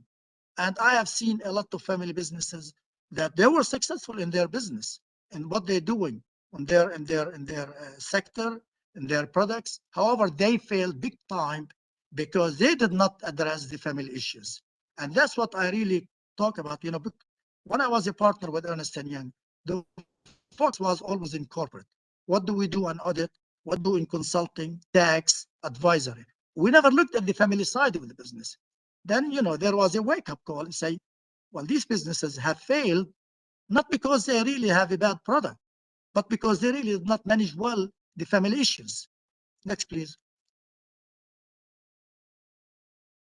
Okay. What is corporate governance? If you ask probably 100 scholars, everybody will come with a different meaning, different interpretation. But in principle, and I cannot really dwell too much on this slide because everybody on the panelist knows this by heart. What is corporate governance? It's in principle it's a set of standards, processes, rules, practices that govern how a business should be run. And this goes from the board, from the shareholders, to selecting the board members selecting the management, and the management runs the daily operations with the proper structures. We talk about the board, and there is a discussion about the board, but it's very important also for startup companies that are listed or even family businesses really to focus on other committees. And I serve on the audit committee, and the audit committee has a critical role to play in ensuring a proper governance and a proper risk management. Next, please. What is a family governance? This is on the other side of the coin. And this is a process for the family business to run their business, run the affairs of the family members. So it manages the relationship between family members among themselves, and then family members with the business. Who should be in the business, who should not be in the businesses. It defines the roles and responsibilities of family members who are in the business and those who are not. And then it creates also opportunities for sustainability, for continuity, for conflict resolution, for managing conflicts, for managing expectations. Next, please. What is the goals of family governance? It is mainly to manage the expectations, align the expectations and goals and objectives of the family and the business. If there is no alignment, something is going to happen. It's not going to go well. If you have conflicts in the family that runs in the business, and I have seen it. I have seen where a listed company, not startup, a listed company that has been in the business for many years, and there are 3 family members in there, and at the board level of the company, they fight. They have struggles among themselves. They cannot really align, or they cannot really get into unify their position on something, for example, strategies, on budgets, on plans, on selecting the CEO, on dividend policy, on personnel policy. So it's very important that we really have a proper alignment, a proper communication, proper coordination between the family side and the business side. Next, please. What are the challenges in family business today? And this could really also fall into the startups to a certain extent, as I have heard from the previous speakers. It is really, first of all, the balancing, as I said, between family and business demands. Be transparent about succession. In our culture in the Middle East, and probably in India as well, is that the patriarch, after establishing the business and growing it for so many years, decades, decides, who's going to be next in line. He's 70 years old, 75 years old, and he wants to get out. The tendency has been, culture-wise, is really give the position, a successor, to the eldest, and the eldest male. And that maybe worked for a while, or made worked in certain instances, but doesn't necessarily work in every instance. So you have to look at the right talent. You have to look at the right expectation, the right expertise. You really have to have effective successor who really is aligned with the business and aligned with the family, and at the same time he's accountable. It is not really selection process should be based on merit, and that's easily said sometimes, but when it comes to reality, sometimes we deviate from that. Next, please. In my view, I mean, this is based on some research. It talks about how do you select the board members, and the most critical component is use a competency-based approach. So I've seen family businesses, and even in startups, they select their closest friends, their lawyers, their accountants, their advice bankers, and that's not necessarily a good practice as per research. So you need to select people who really bring in fresh look, bring in expertise, competency, independence in a lot of jurisdictions, like for example the CMA, in Saudi requires that, for example, listed companies usually have at least 1/3 of the board members are independent, and that's very, very important. Bringing some people with expertise, bringing people with a global outlook. They have expertise, in different sectors in the business as well. Next, please. This is just a slide I'm sharing with you, is what is in a family business. There are 3 sectors or 3 divisions, I could say. There's first of all the portfolio of companies, particularly if a family business owns a lot of businesses in different sectors, in different geographies. Then you have first of all the holding company, and that's at the corporate level, which manages all these investments. You have the board of directors, which again will be required to really have independent members. And then on the family side, you will have the shareholders council and the family council. And the roles and responsibilities of the family council are very critical, very important to ensure there is a proper structure, a proper, family governance. And when I talk about family governance in the world, it's really building a family constitution. A family constitution or family charter, as you might call it, is really to define, as I said, define what is the long-term objectives of the family, defines the values, defines the long-term strategies, talks about, personnel policy, employment, investment policy, development, new opportunities. So this is very, very important to really define the roles and responsibilities on the family side as well as on the business side. Next, please. Some of the family members I've seen, the well-known established, they establish also to really go along the path of ensuring proper succession, proper planning, proper education and training of the next generation, and to manage conflicts and issues. They establish a lot of committees. There is a charity committee, conflict resolution committee, the family personnel committee, and family office, which runs the investment. Again, it depends on the nature of the business, on the length, on the strength of the business, the size of the business, what kind of committees they establish. Next, please. And that is really my presentation. I could spend an hour on this, but I thought at least sharing with you my thoughts on the family business. I know it is not a startup. It doesn't mean of this conference, but I thought startups, even they could turn out to be in a few generations a well-known family business. And I want to thank you, Vikesh. And if there are questions, I'll be happy. Thank you so much. Thank you so much. What a lovely presentation, and real, deep insights into the family businesses and family boards.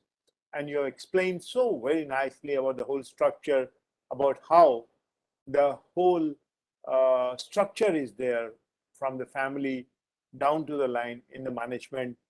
We have questions, but I'm afraid if you have time, sir. Yes, I do. I have another 10-15 minutes before my next meeting. I'll be honored to take any question and give my thoughts.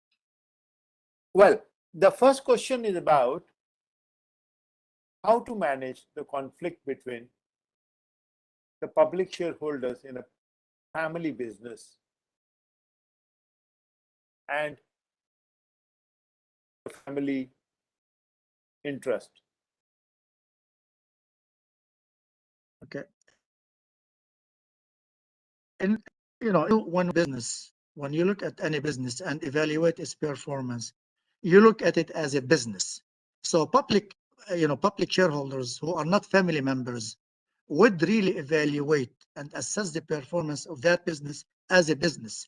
That is a really critical issue when you have family members that are in the board, manage the business in a way that is not necessarily aligned with the direction of the business.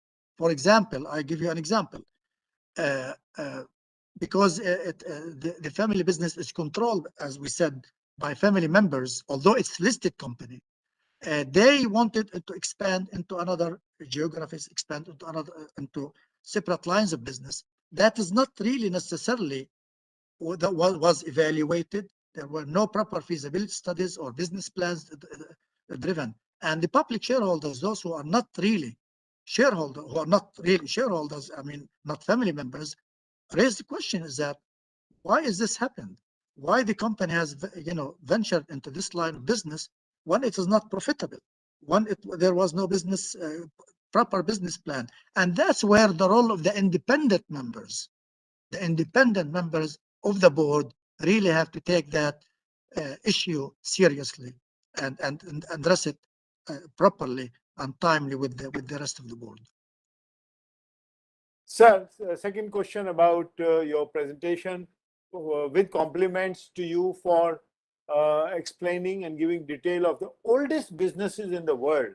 My God, the kind of digging you have done in bringing this presentation, our audience is completely awed by it. One member wants to know about the biggest family business also globally today. Which business would you call it the biggest family business? Honestly, it is very difficult sometimes because, you know, some of the family businesses, as you know, I mean, if it is information. Is it Rockefeller or is it Walmart? Which is the biggest company? Well, I don't know. I mean, at Liberty, you know, if you have a royal family, it's a family, and they own. Yes, they own, yes. They Aramco. own You are sitting. they own You are 70%. sitting in the home of Aramco. So it's a very difficult question because some of the information are not readily available.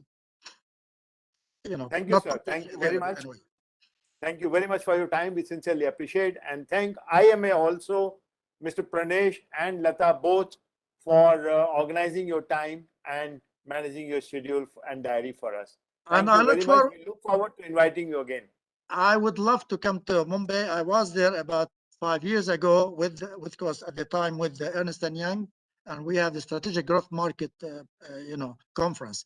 So it would be an honor and pleasure to really come again to go back, you know, to your. Thank you so much, sir. We sincerely appreciate on behalf of Institute of Directors and all its members. We appreciate and thank you for your time. Thank It's you, my honor and IMA, pleasure. Thank you. for this lovely session. Thanks a lot. Thank you. Ravi, And take may good care. I now request for a 1-minute break, video break, before we start our next panel discussion. Thank you, sir.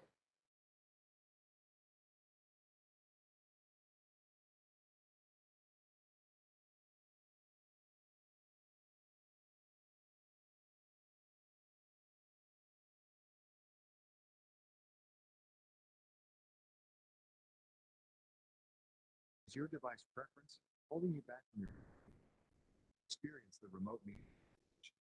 Now you can join or conduct any meeting with choice. BoardPack, the world's most user-friendly board meeting automation solution, supports desktops, laptops, Windows Surface, Android tablets, Android phones, and iOS devices, so you can join all your meetings remotely, securely. To learn more about how you can get BoardPack installed,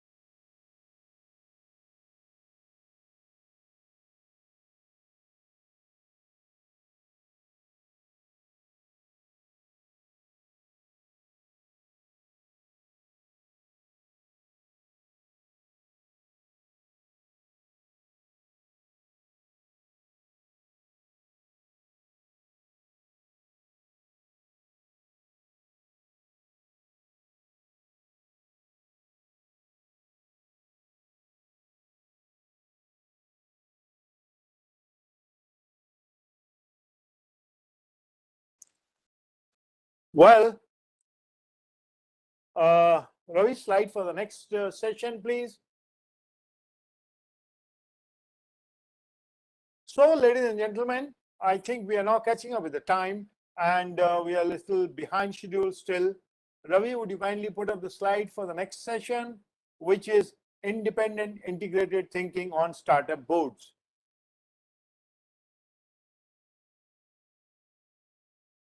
This is the umbrella theme slide. Well, Ravi, we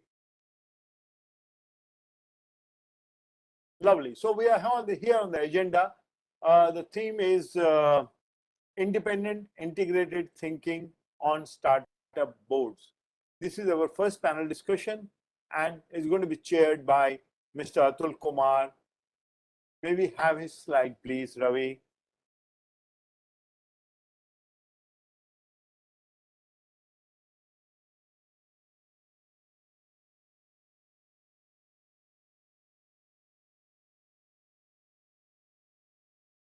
Ravi, slide for Mr.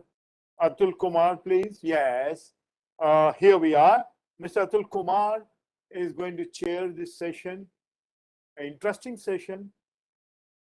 Very difficult session, I must say.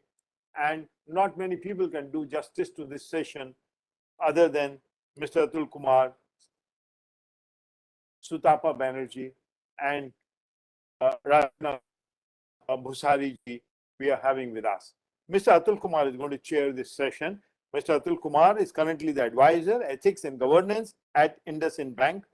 He is also the former founder, chief ethics officer of State Bank of India, and as the founder, chief ethics officer of the Indian banking at State Bank of India, he single-handedly and very speedily set up the function in less than 12 months' time, resulting in huge improvements in compliance, risk reduction, and business decision making at State Bank of India.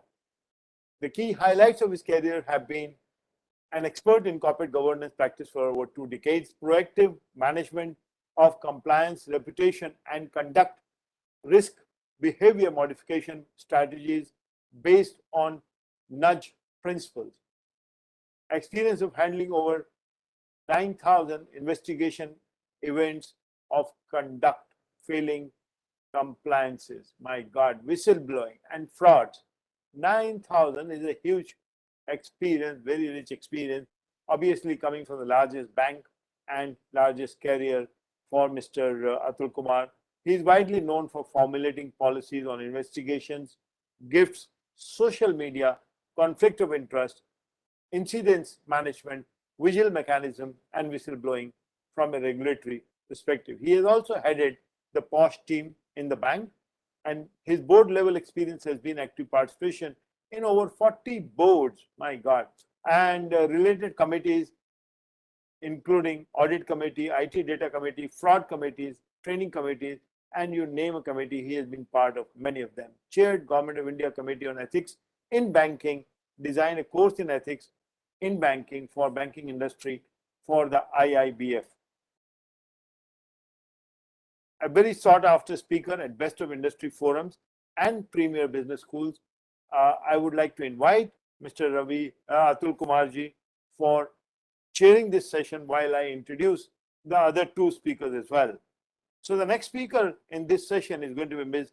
Sutapa Banerjee, with over 3 decades of professional experience, spending 24 years in financial service industry across 2 large multinational banks, namely ANZ Greenlays, my first bank, and for many years also, and ABN AMRO, of course, I had never banked there, and a boutique Indian investment bank, Ambit.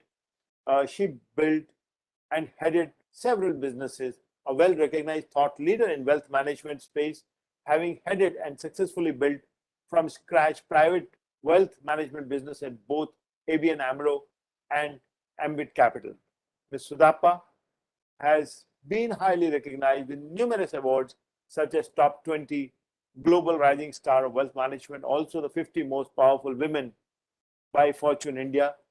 She is the most sought after board member today for prestigious companies like Zomato, Godrej Properties, JSW Cement, Axis Capital, Manappuram Finance, Camlin Sciences, and Neogen FinTech, and has been saying no to many other offers, including 1 or 2 offers that I had also requested her.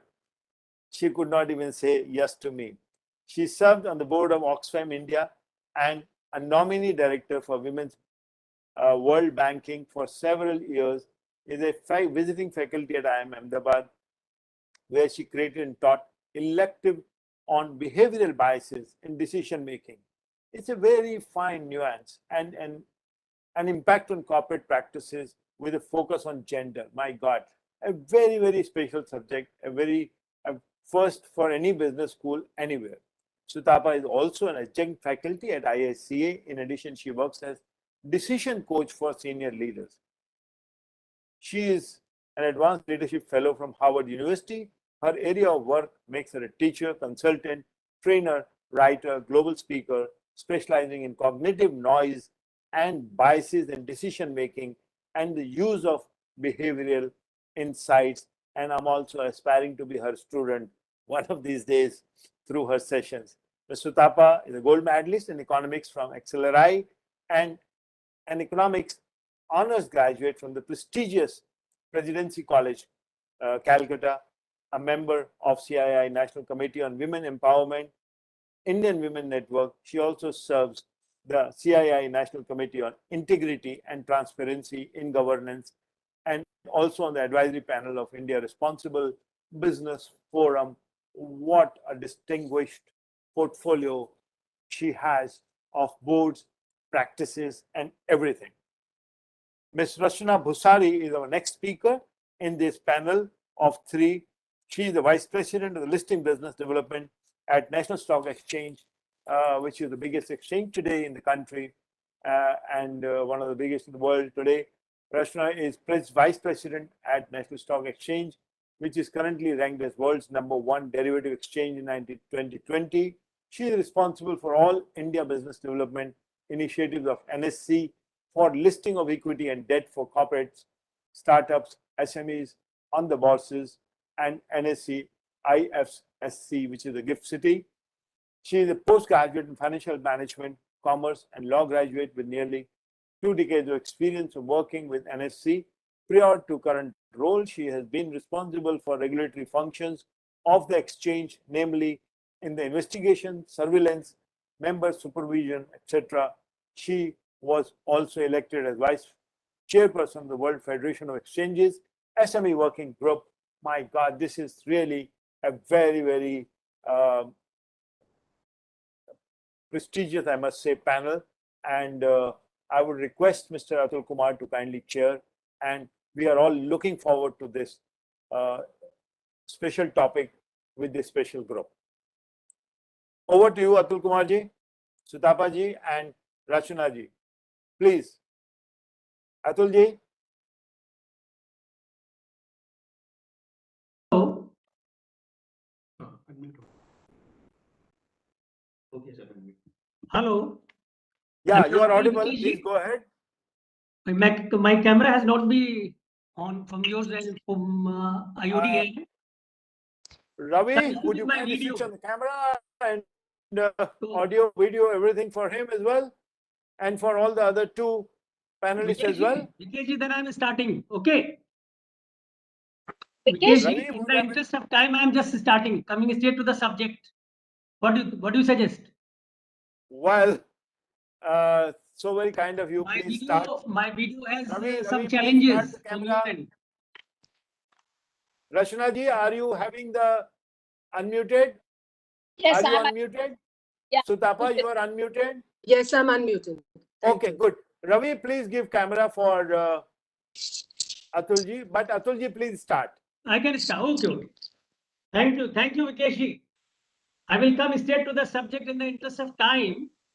Please. Today, startups operate in a complex and uncertain world, constantly pivoting and evolving. Once listed, the whole ecosystem in and around the startup sees a sudden and huge shift.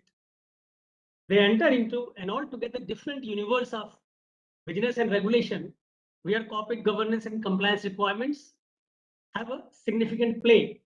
It's a brave new world where they have to graduate from a shareholder's perspective to a stakeholder's perspective.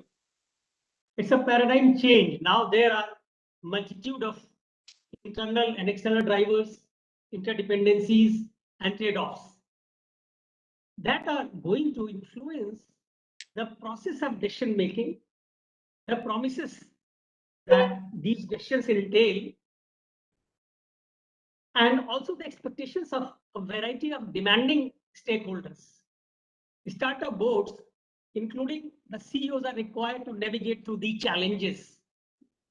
And these challenges are extra compounded, especially looking at the fact that the COVID-19 pandemic has laid bare the fundamental truths for all companies that human and natural systems are inextricable, interdependent, and increasingly fragile. Environmental, social, and governance concerns are core risks of business sustainability. Social license to operate can no longer be taken for granted, but must be earned and preserved with every action. In such a volatile context, when the foundations of business itself seem to be changing rather rapidly, how can the boards of startups effectively lead their organizations to meet this new stack of demands? I think independent integrated thinking offers a way out, rather the only way out. Boards can significantly impact the trajectory of a startup and create a strong net positive experience for their organizations. By adopting a corporate governance approach, which is driven by an independent integrated thinking and thus reduces the cognitive load for an effective decision making. What do we mean by independent integrated thinking? Let's look at the meaning of the words themselves. Two attributing adjectives, independent and integrated with the word thinking. Each combination has its own nuances. Independent thinking is a mindset that's comfortable with the unfamiliar, that can gently let go of preconceptions and presumptions and can see and seize new possibilities. It's switching Please frames. start your video and see if you can. Sorry to interrupt you. Vikesh, it's not just I am having from my side, my IT person has come and just checked. He says this is from your end. So I have requested Purnima. Or next Take to care of the this mute issue. button, you have the stop video and switch on video or something. Yeah, and from my side, it's clear. Start video, yeah, and still not going. Yeah. Okay, that means there must be a bandwidth issue at your end. Okay. So what I was saying Go that ahead. Sorry to interrupt you. independent thinking is a kind of mindset. It's a kind of Sorry for switching interruption. frame. Please go ahead. Yeah. It's a kind of embracing a mental unknown, cognitive terra incognito, so to speak. Sometimes I have seen that we conflate critical thinking with independent thinking. This is not correct. Independent thinking goes beyond critical thinking. No doubt, critical thinking is a major part of independent thinking, but not the only type of cognitive skill. That's irrelevant. Independent thinking is thinking critically, analytically, logically, and reflectively, with an element of counterfactual thinking as well. It's a proper mix of system 1 and system 2 thinking of Daniel Kahneman. To put simply, independent thinking is thinking differently. It reframes the things, it reframes the way we look at things. It brings in decision hygiene, a term used by Daniel Kahneman and his colleagues in their latest book, Noise, the Flaw in Judgment. Noise, the Flaw in Human Judgment. Now, what do we mean by integrated thinking? Integrated thinking is about connecting performance with purpose. It's about having a clear vision of what drives value in the startup and this vision being consistently and clearly held throughout the organization. It involves identifying, executing, and monitoring business decisions and strategies around this vision of purpose for long-term value creation. Then I see two components in integrated thinking. The first component connects strategy, governance, past performance, and future prospects. This helps a startup take into account the connectivity and interdependencies between the factors that have a material effect on its ability to create or erode value over time. Governance and strategic oversight helps a startup understand value creation through a new lens that balances short-term and long-term outcomes and acknowledges the diverse range of resources, natural, human, social, and financial on which enterprises rely. The second aspect of integrated thinking is that it helps break down the different silos in a startup and creates a coherent and comprehensive management and governance approach through a more productive dialogue among internal stakeholders. This understanding creates a significant cultural change in attitudes and ways of doing things. Additionally, through integrated thinking, organizational teams may better appreciate and understand the impact of their decisions, behavior, and processes on stakeholders, other internal units, and the firm as a whole. More significantly, what I feel that employees develop a better, broader perspective by internalizing the organization's norms, values, objectives, and ways of doing things to the extent where they become morally committed to them. Achieving independent integrated thinking is no easy task, as it requires a holistic and cohesive approach to address each part of the enterprise overseen by the board so that it's infused into the operational fabric of the business. Here we must understand that independent integrated thinking is a journey, not a destination. It's a dynamic, iterative process that requires continuous learning and improvement. And embedding independent integrated thinking in a startup often demands organizational change and a cultural shift to reflect purpose-driven values. Values are the DNA of any organization or startup. And the good news is that they can be hacked. They can be re-engineered to create desired outcomes and experiences. Without values, there is no solid structure for independent integrated thinking to get nurtured. Boards have to be amply conscious of this important fact. There are a number of studies and books on startup boards. If you go through these, it comes up that there are 10 action points for startup boards to intend to design and manage effective processes of independent integrated thinking within their organization right from the beginning. First, set the tone from the top. Show the understanding, interest, and commitment to champion the adoption and effective use of independent integrated thinking. Stack the deck in your favor. Create a cross-functional work group led by enthusiastic internal game changers to ensure engagement on a continuous basis. Clarify the difference between performing sustainability and sustainable performance early in the process.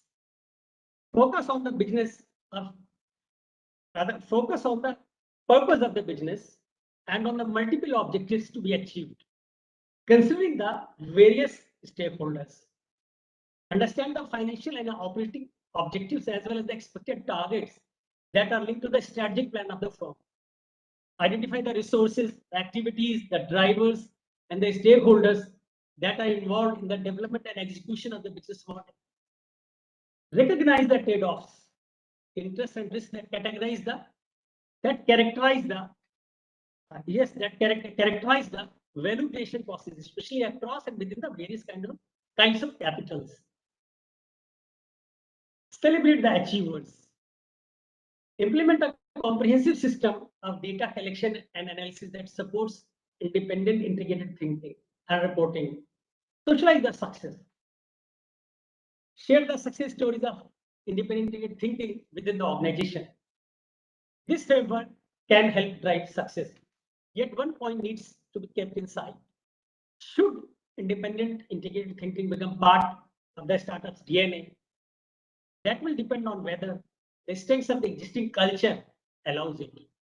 While introducing independent integrated thinking, startup boards must understand the real importance of culture in defining and connecting purpose, passion, and performance in managing the sustainability factors. A pervasive understanding in the rank and file that value is added in multiple ways and not just through the financial capital is critical to the long-term viability of any startup. This is especially the case in a technologically driven world of artificial intelligence, automation, and global connectivity. A reductionist approach will not work. Today, startup boards carry this ethical responsibility, this corporate governance obligation on their shoulders, and have to fulfill them sooner rather than later. I will just close. In the interest of time, I will not go ahead further. And I'll just close my introduction with these words and now invite Madam Sutapa Banerjee, to enlighten us with her views on the session theme. Over to you, Sutapa ji.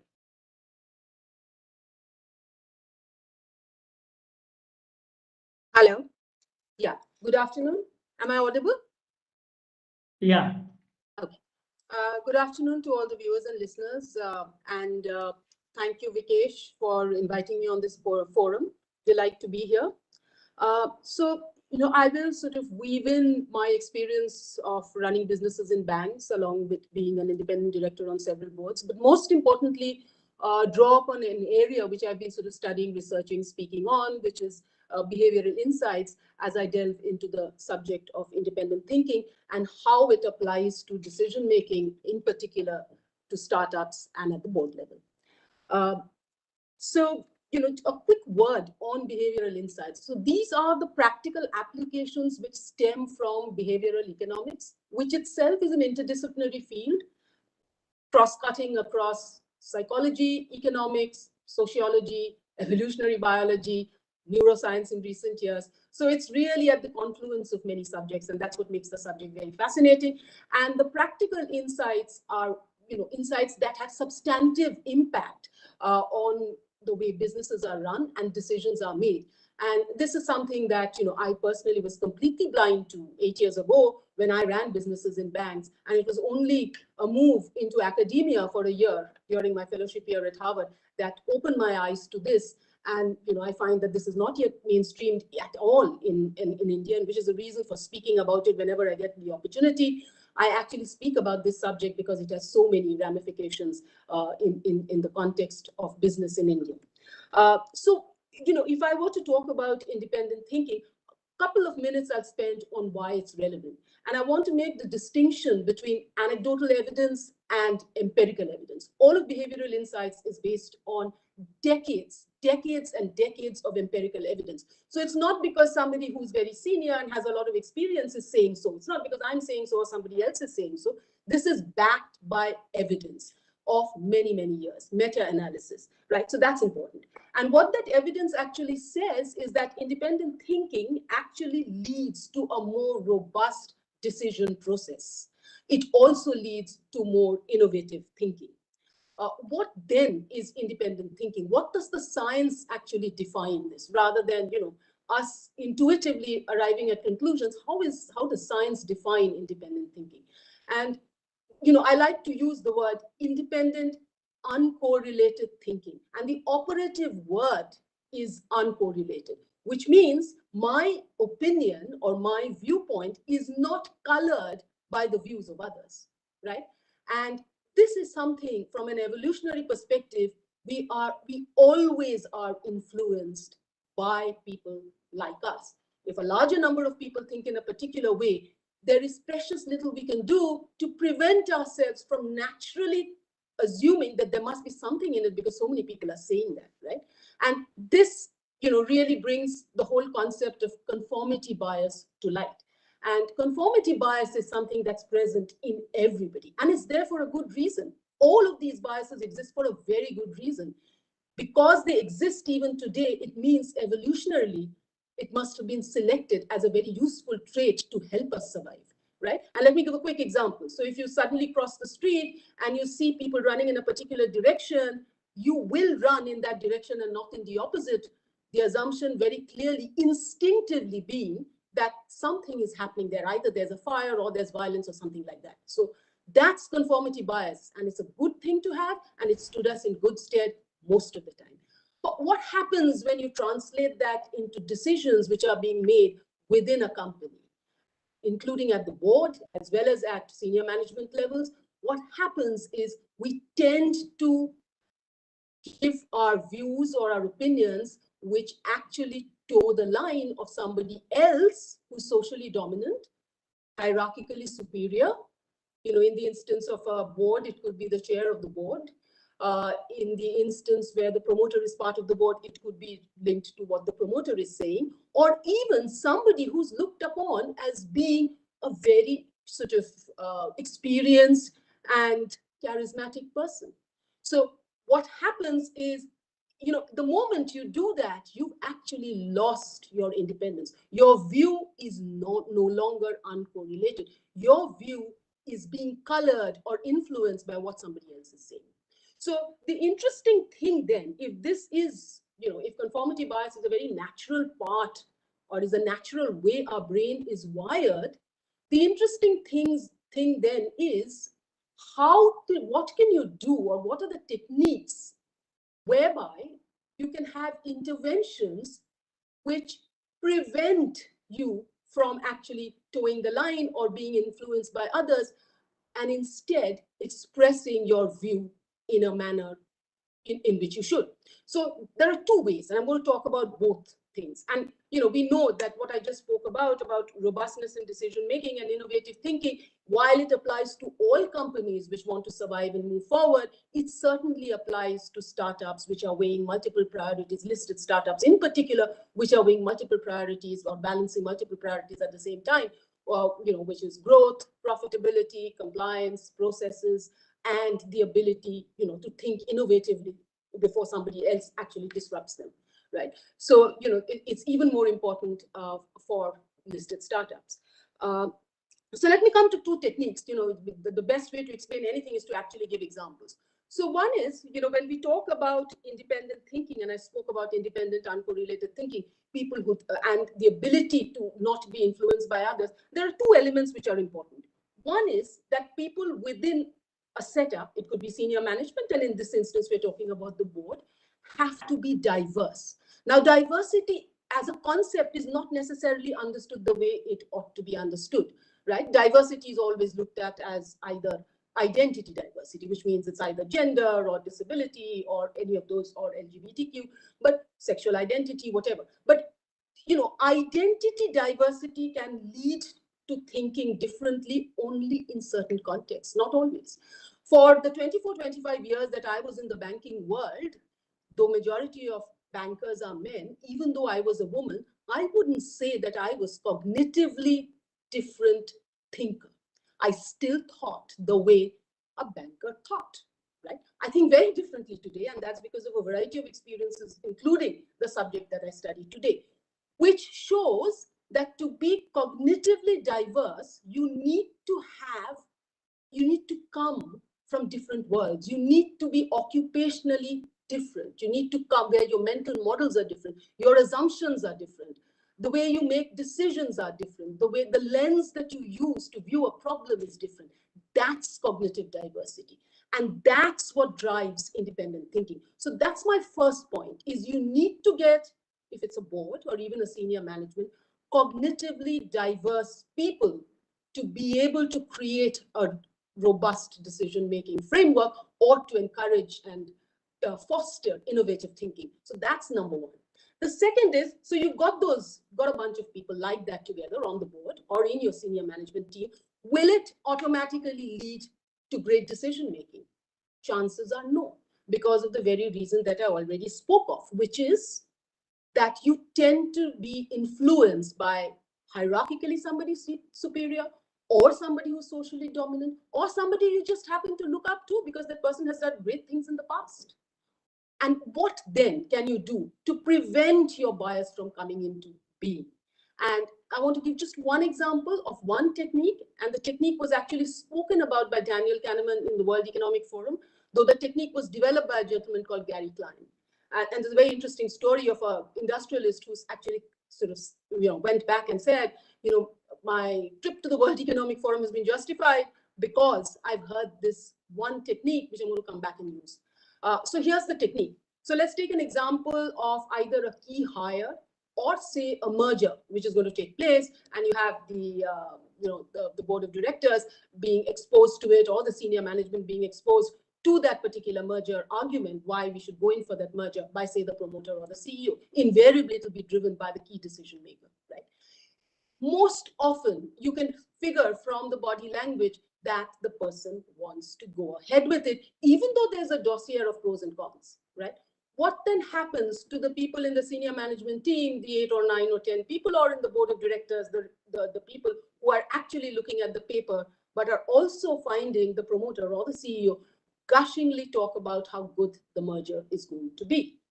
chances are, however open-minded a culture you may be thinking you have, or however independent you may believe that the members of the board or the senior management are, that you are likely to be influenced and not speak your mind if you had anything negative to say, but you would be saying, or rather toning down your arguments against it.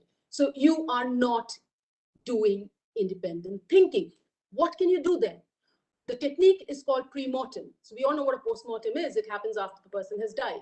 A pre-mortem is the chair or the CEO actually saying that assume what we've done, this merger, which we're all saying we're going to go ahead with, has gone wrong a year or 2 years down the line. Imagine that scenario today. Imagine that scenario today and think of what can go wrong using the data that is in front of you. What you're doing is basically legitimizing dissent. You're giving permission to everybody to think the opposite. And that then creates a very robust framework where people actually look at the data very differently. The framing becomes very different, right? And empirically, it's been found that people still go ahead with the merger. But you do something extremely useful with pre-mortem. What you do is you create a plan B based on all the negatives that people have found out, right? So you've got a very robust decision where even if you may go ahead with something, you know where, all of the elements where you could go wrong, and you've got a plan or several plans to be able to mitigate that. So that's, to me, really an example, and I'll stop here. And if there are questions subsequently after Rachna, I can take that. So this is just one example, because it's very important to understand how you can change something, or what kind of design thinking and interventions you can use, rather than keep saying, yes, we need independent thinking. Yes, we need it, but we don't get it more often than not. What do you do to encourage it? So I'll stop there, Atul, and let you take the conversation forward. That was awesome, Sutapa. Thank you so much for a thought-provoking talk. Now invite Madam Rachna Bhusri ji to share her views on the session theme. Over to you, Rachna ji. Yeah, thanks, Atul, and good evening, Vikesh. Good evening, Sutapa. And actually, it was a very insightful discussion that we had. Atul and Sutapa has actually set some, I would say, thoughts-provoking in my mind as well, not even as a professional, but as a personal, about independent thinking. So I think, to take that forward. Good evening to all the people joined us here virtually for this important conference, I would say, important session. And integrated thinking, I think, is very, very pertinent today. So, what I would take during the session is more talk about, what the IPO or the listed space has been like, and what the regulator has been done to promote the listing space that we are today in. And with that, we also talk about some of the regulatory interventions which actually put the companies on the fast mode of getting into independent thinking. So I take from there. We all know that there's an IPO wave in India, and what we are seeing this year. Hello, am I audible? Just breaking up a little bit. Yes. Okay, sure. So while we all know that the IPO wave in India is going spectacularly well, and we've seen a lot of IPOs. Video is an issue, maybe because of bandwidth at your end. So I will stop my video and continue. You are audible. You are very well audible. Yes. Yeah. So I think what I would, I've switched off my video for the smooth session to go on. Please. Thank you.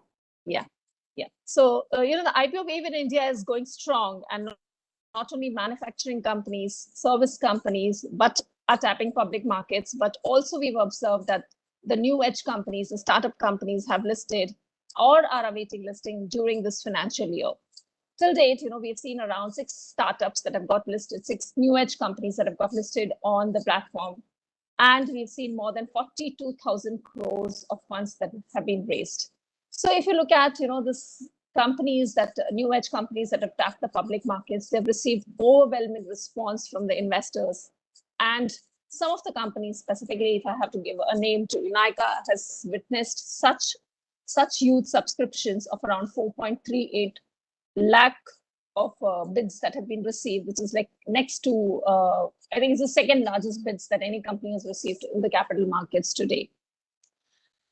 And what SEBI has done various interventions to allow such new age companies and startups to list onto the platform, that onto the main board of NSE and BSE. So the regulatory changes which SEBI brought about, accepting and acknowledging superior voting rights, or reducing the lock-in period for the promoter and the promoter group, or introducing the regulatory framework for innovators growth platform. These have all helped these startup companies to raise funds in public markets and list on India. So while these regulatory interventions have been very useful and the startups have benefited out of it, and the investors have also got a different asset class trade in, it's very important to understand that, while the euphoria around listing and IPO is important, that also these companies review their processes, systems, and overall preparedness to operate in the listed space, because we all understand the fact that being in listed space is a totally different ballgame altogether. These companies that have listed, prior to listing, there has to be a preparedness which ensures that they keep their books in order, so that they're able to demonstrate a continuous growth in their business model, and continuous, in fact, sustenance in their business model. And they should also be having a kind of the composition of the board that instills confidence amongst the investors to go ahead and consider these companies as a listing opportunity. While the regulatory framework has instilled some of the interventions for independent thinking by saying that X number of directors on the board has to be independent directors, the MCA also has prescribed the same, and diversity also has been ensured through the regulatory interventions. It's important that the culture of independent thinking by way of directors on the board is actually taken in the right spirit by the founders, by the promoters of the company. What our experience has shown in dealing with the companies, and I would say that startups have not behaved differently, is that entrepreneurs are typically very strong-willed people, and for many, the thought itself that we have to answer similarly strong-willed independent board about decisions is actually not very encouraging or appealing. But what they must also bear in mind is the fact that they can benefit from having a group of people whom they can share their ideas and perspectives. An independent board also brings in a different and a wider range of perspective.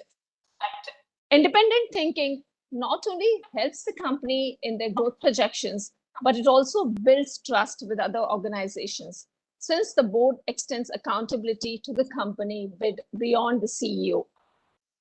It's very necessary to build independent thinking by inducting the directors on the board.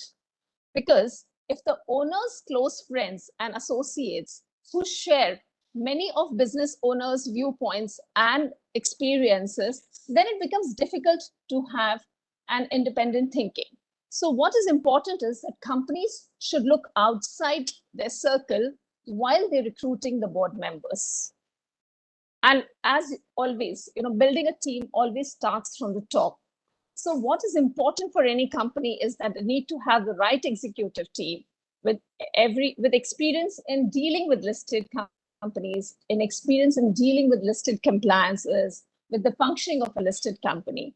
And what we have also seen is that majority of the institutional investors, the topmost priority for investing in a company is the quality of the top management.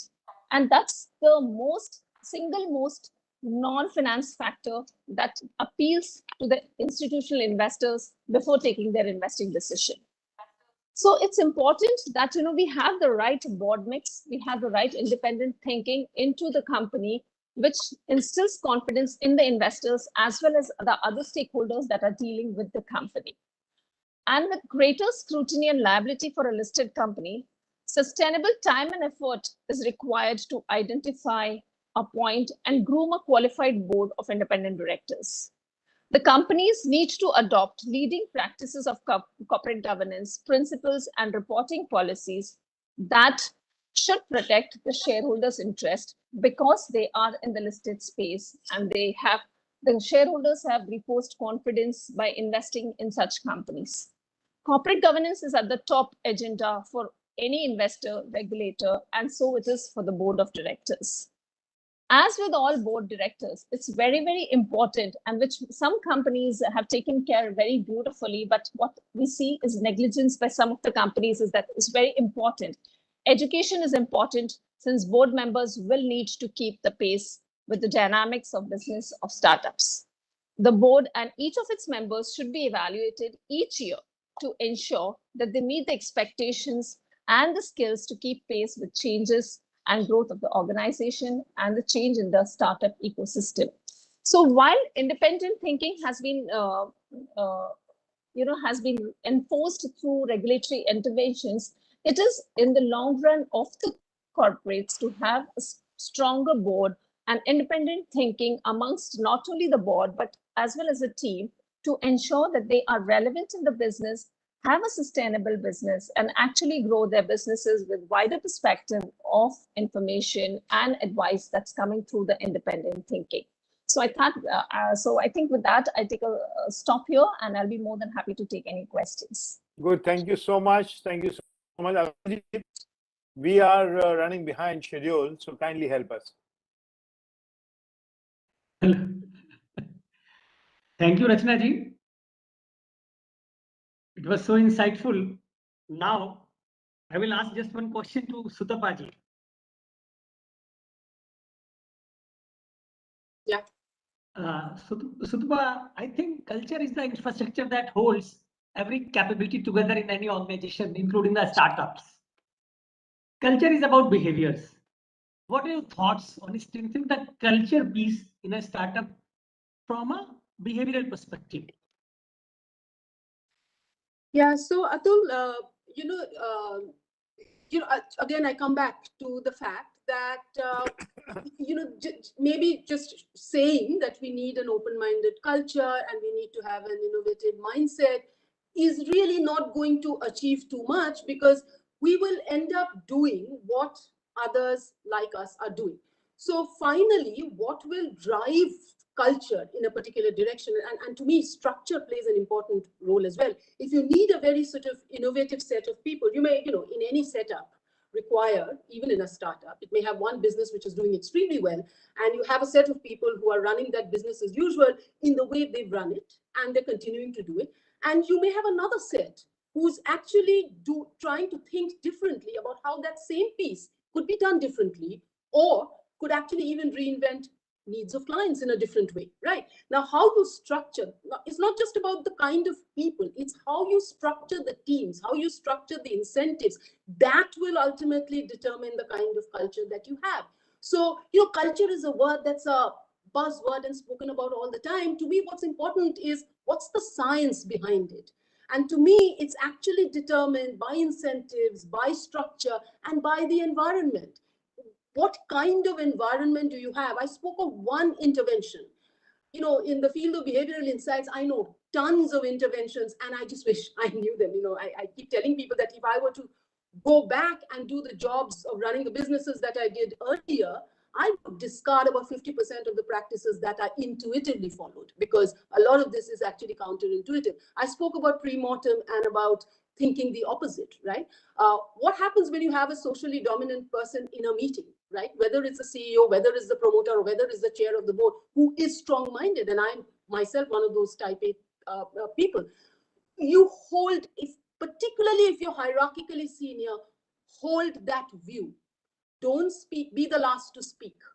Get everybody's opinion first, right? So to me, rather than getting into a oozy-woozy kind of a discussion on culture, I like to break it down and say, when you're having a meeting, and in a meeting you're trying to arrive at a key decision, what should be the design interventions, or what should be the interventions in the environment that will prevent biases, filters, old experiences which may have stood you in good stead in the past from coming to bear on the current decision. The current decision needs to be objective, right? And what I come from is, the brain is largely wired by the experiences that we have had. It's not easy to rewire the brain. I work as a decision coach for individuals, but when it comes to individuals, it's difficult to do. But interventions in a group scenario where whether it's a board of directors, whether it's a senior management team, are far easier. And there are many, many empirical evidence-based approaches of what you can do. I spoke of pre-mortem, I spoke about thinking the opposite, I spoke about cognitive diversity as different from identity diversity or just gender and sexual identity. Important in some contexts, not important in all contexts. But to me, how do you design or redesign the environment?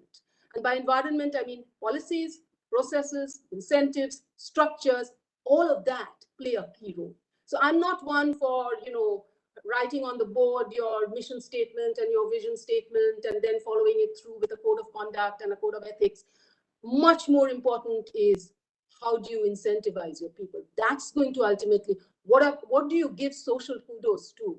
When you're having a kind of a town hall, who do you pick up and say, this is the kind of person who you need to emulate, right? So those are, to me, far more important things, when I break down culture into what could be the elements that are worth influencing, because those will be the ones which will actually impact behavior.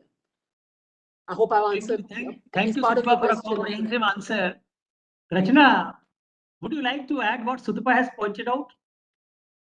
I would, though I believe a lot on processes and systems, and we go by that. But yes, it's important that we always go beyond the discussion and look at, what diagnose and actually cut it down to say that, yes, how is it going to change the environment? How is it going to change the ecosystem? Is it going to be a permanent thing, or it's just a stopgap today? So I think that's very important. I would totally agree with Sutapa on that as well. Okay, Sutapa ji and Rachana ji, before we close our conversations in this segment, I would like to ask each of you that if you are asked to state the most important attribute for a startup board in one line, what would that one line be? So for me, I would repeat the two things that I said. I'm a huge, huge believer in cognitive diversity. And it's not just important to bring cognitively diverse people. You need to have an environment where you keep having the necessary design interventions.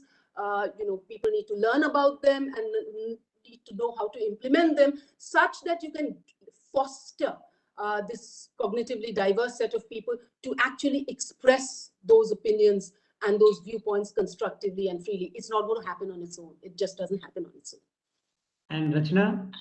I would say that being innovative in your thought processes, innovative in your decision making, and sustainability would be my next thing. That would be very, very important. Yeah. Now, Vikesh ji, now we can take questions. If you've got any questions from audience. I think we are short of time on taking questions, and I would request you to kindly help us close quickly because we are almost an hour behind I'm just schedule. handing over to you. You are the master of this ceremony. You just take over from me. Because of Our technical conversations glitches, are almost at end.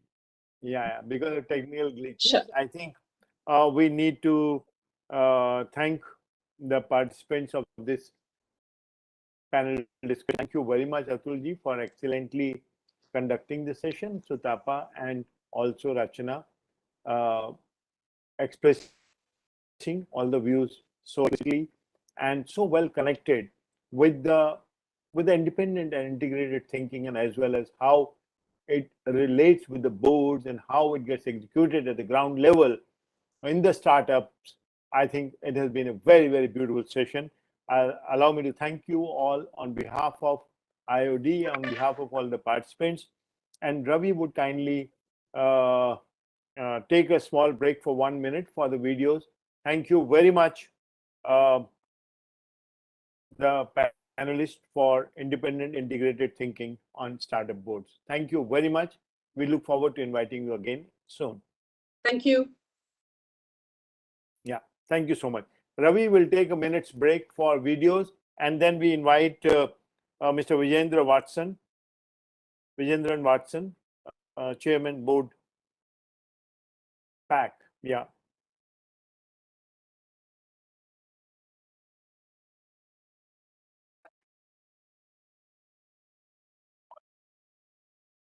Per unit. Life या mutual funds, जीत के लिए डटे रहो। Aditya Birla Sun Life mutual fund investor education. Mutual fund investments are subject to market risks. Read all scheme related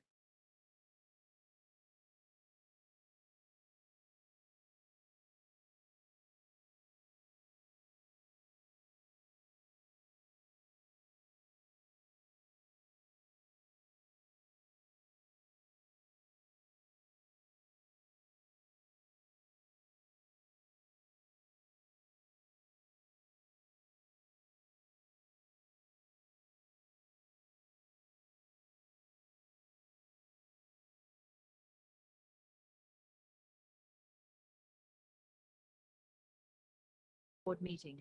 Let us take care of the security of your board papers, so you can focus on the meeting at hand.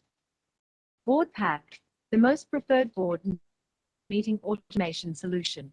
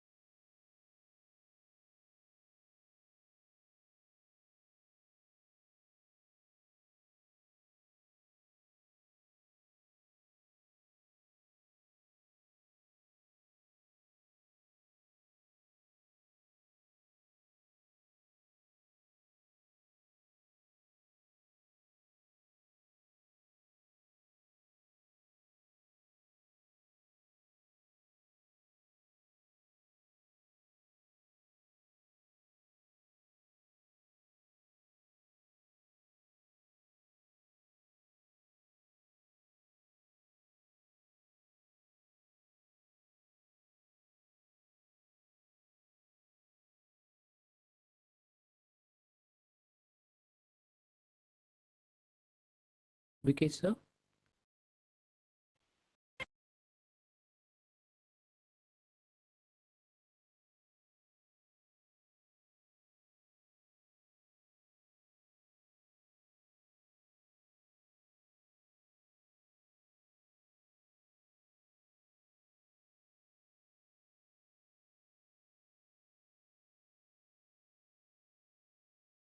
Sir, request to unmute. Vikesh sir. Yeah. So we have with us Mr. Vijendran Watson, Chairman, Board PAC. He's joining us from Australia all the way. Thank you very much, Mr. Vijendran Watson, for waiting also. We are slightly behind schedule because of technical reasons and glitches. We sincerely appreciate your patience, and also my apologies for the next session speakers for the delay that all of us are facing. So Mr. Vijendran Watson has over 25 years experience as CXO level leader in fast growth companies. Vijendran has lived and worked globally in Australia, UK, Africa, Middle East, India, Malaysia, hardly any countries that he has not been to or lived in, giving exposure to different working and management cultures and experiences. Mr. Vijendran Watson was the founding managing director of Mobitel in Sri Lanka, former managing director for Lanka Bell. He has over 43 years experience in ICT industry and recently retired as CRO for N.Co Group. And a founding member of N.Co, the infrastructure company of the Expedia Theta Group, Mr. Watson helped build company from scratch to now present in 8 countries with over managing 30,000 towers, CRO Bay of Bengal. He was responsible for Myanmar, Bangladesh, Sri Lanka as further attestation to his global expertise in corporate world. Mr. Watson is a graduate member of the Australian Institute of Company Directors, a master performance certificate coach, and fellow of the Institute of Engineering and Technology. Mr. Watson has a very special session for us on how board digitization helps in building the resilient boards. Over to Mr. Watson, please. Thank you, Vikesh, and good evening, everyone. I think we have some slides, so maybe we can show the slides. I'll just wait for that. Ashoka is going to be joining us for running the slides from Colombo. Thank you very much, Ashoka.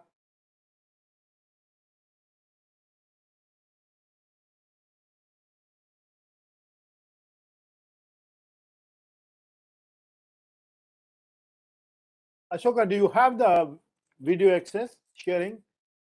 Yes, I've just got it. Sharing, Ravi?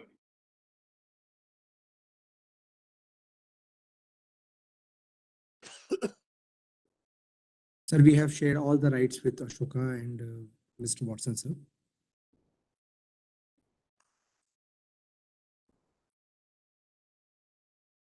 Ashoka, you have the video sharing rights. It's been granted to Preeti Arora. It's not, it's been taken away.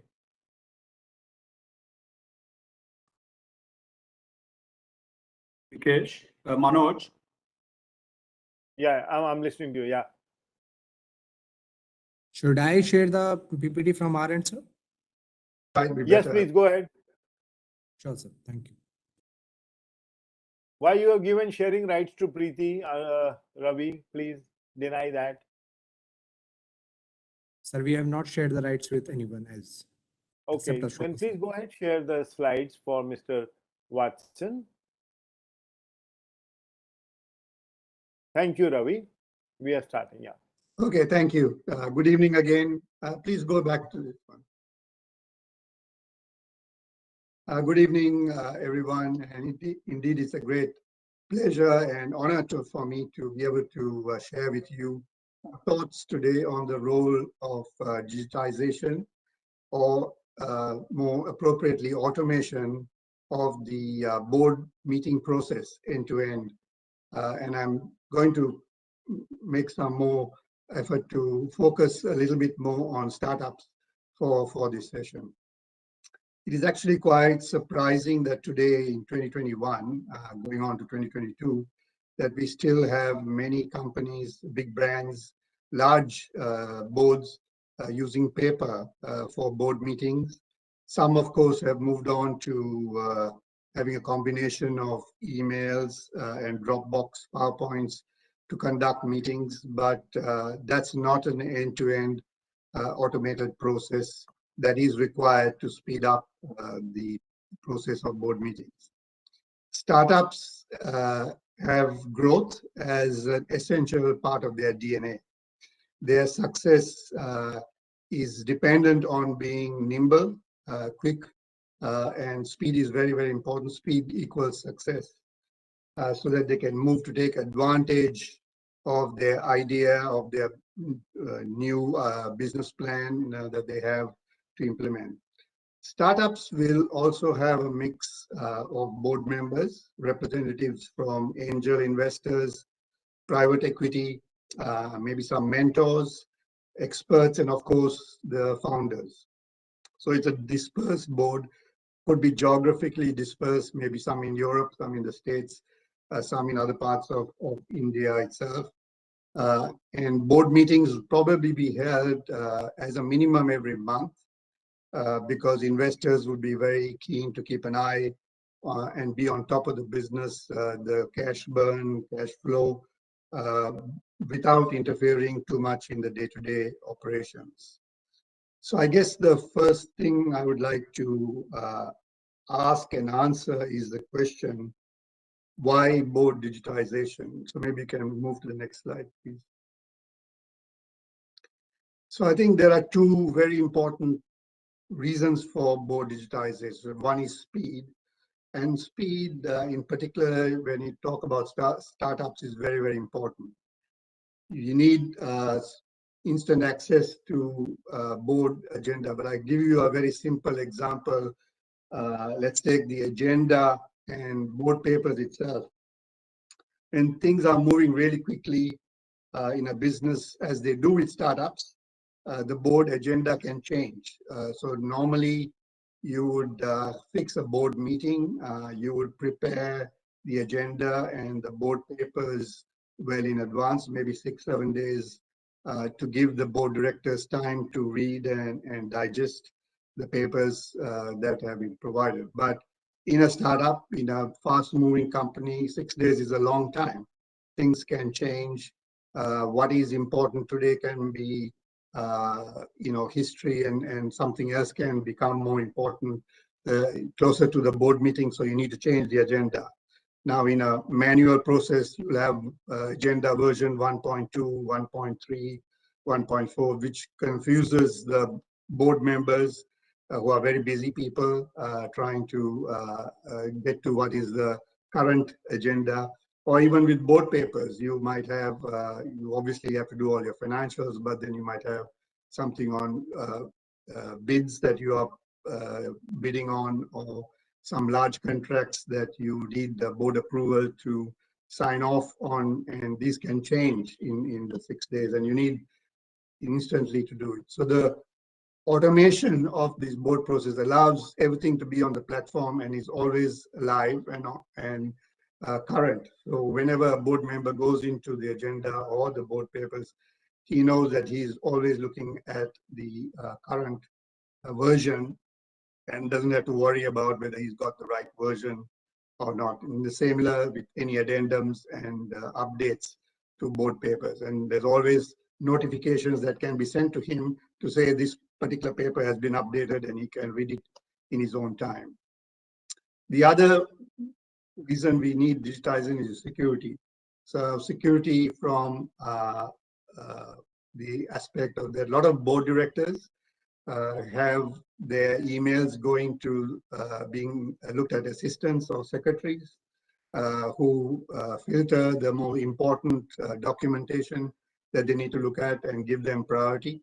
And this is not a very secure way to share very sensitive information from startups and new companies. Emails, drop boxes are not secure. A lot of people can have access to it. Whereas in a platform with end-to-end automation, the board member himself looks at his own device, could be an iPad, could be a laptop, could be a phone, and the papers are immediately accessible to him only. And the company can also control the data. For example, if he loses his iPad or his laptop or his phone, the company can wipe out the data remotely so that nobody can have access to that information. There are two other items I think that are important to understand why board digitization. Maybe we can go to the next slide. Is collaboration. So I think we all know that there's a new normal post the COVID pandemic. In the last 2 years, we've had the lockdowns. Nobody is going to be traveling as much as they did pre-COVID period. I think meetings now have become mostly virtual, similar to this conference. Webinars are very common now. And board meetings will be mostly virtual. Very few will be on-premise or face-to-face. And this, while is fine working on these video platforms, I think you lose that connection of being able to talk to directors in the corridor about a certain matter, about a certain paper, And so it's important to have this collaboration in the platform that you are having with the end-to-end process. To be able to look at papers, highlight things that you want verified, write notes to other directors, all directors, or one particular director that you might want some particular advice on.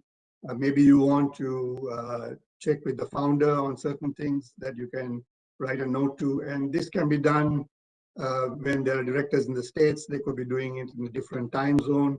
And then when the person gets to his platform, he can have a look at it and then answer.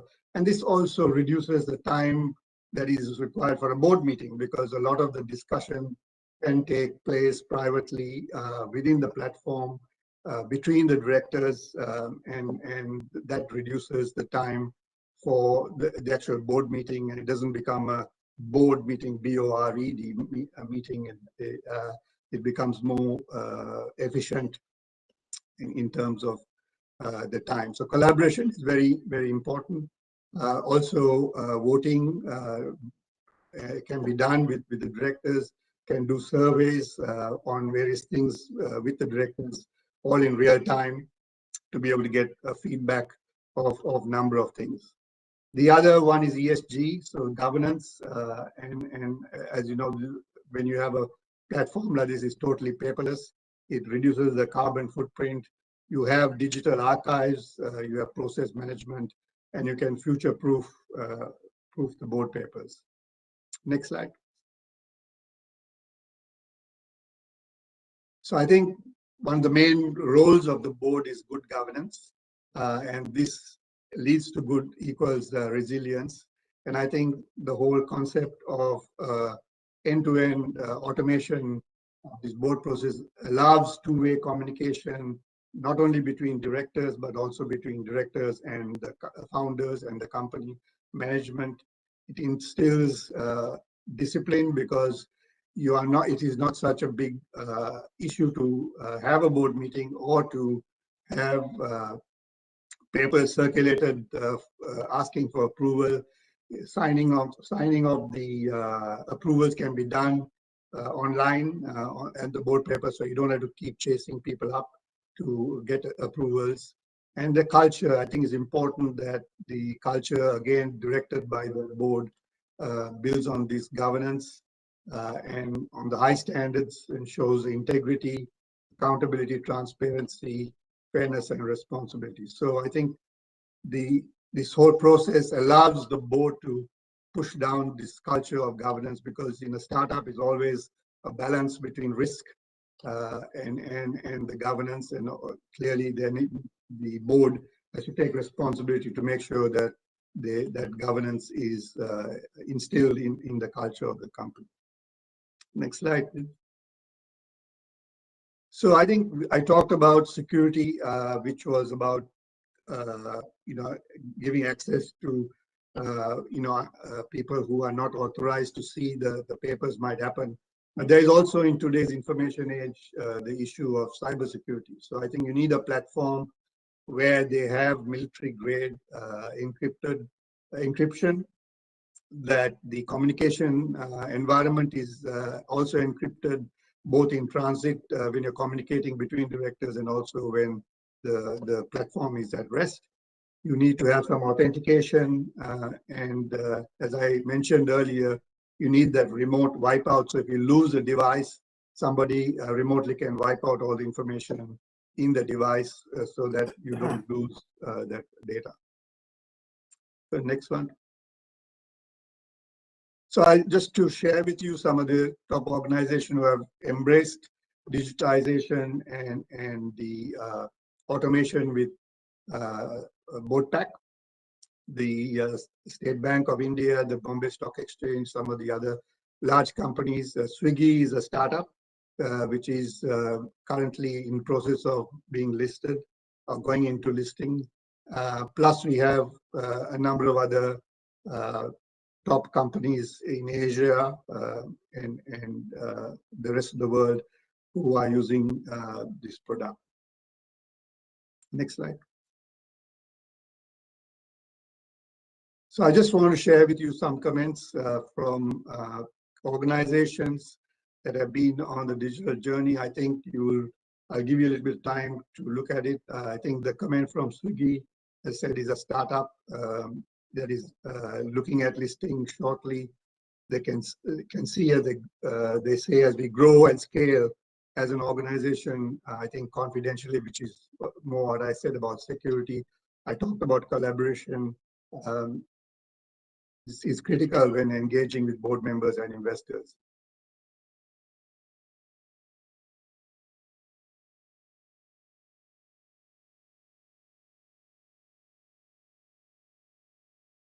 Thank you. You can go on next slide. So I just quickly on my own journey with startups. I was based in Calcutta in 2007. I started a company called Transcend Infrastructure. Transcend Infrastructure built mobile infrastructure, which we leased to the mobile operators, the companies like Airtel and Vodafone, Idea, etc.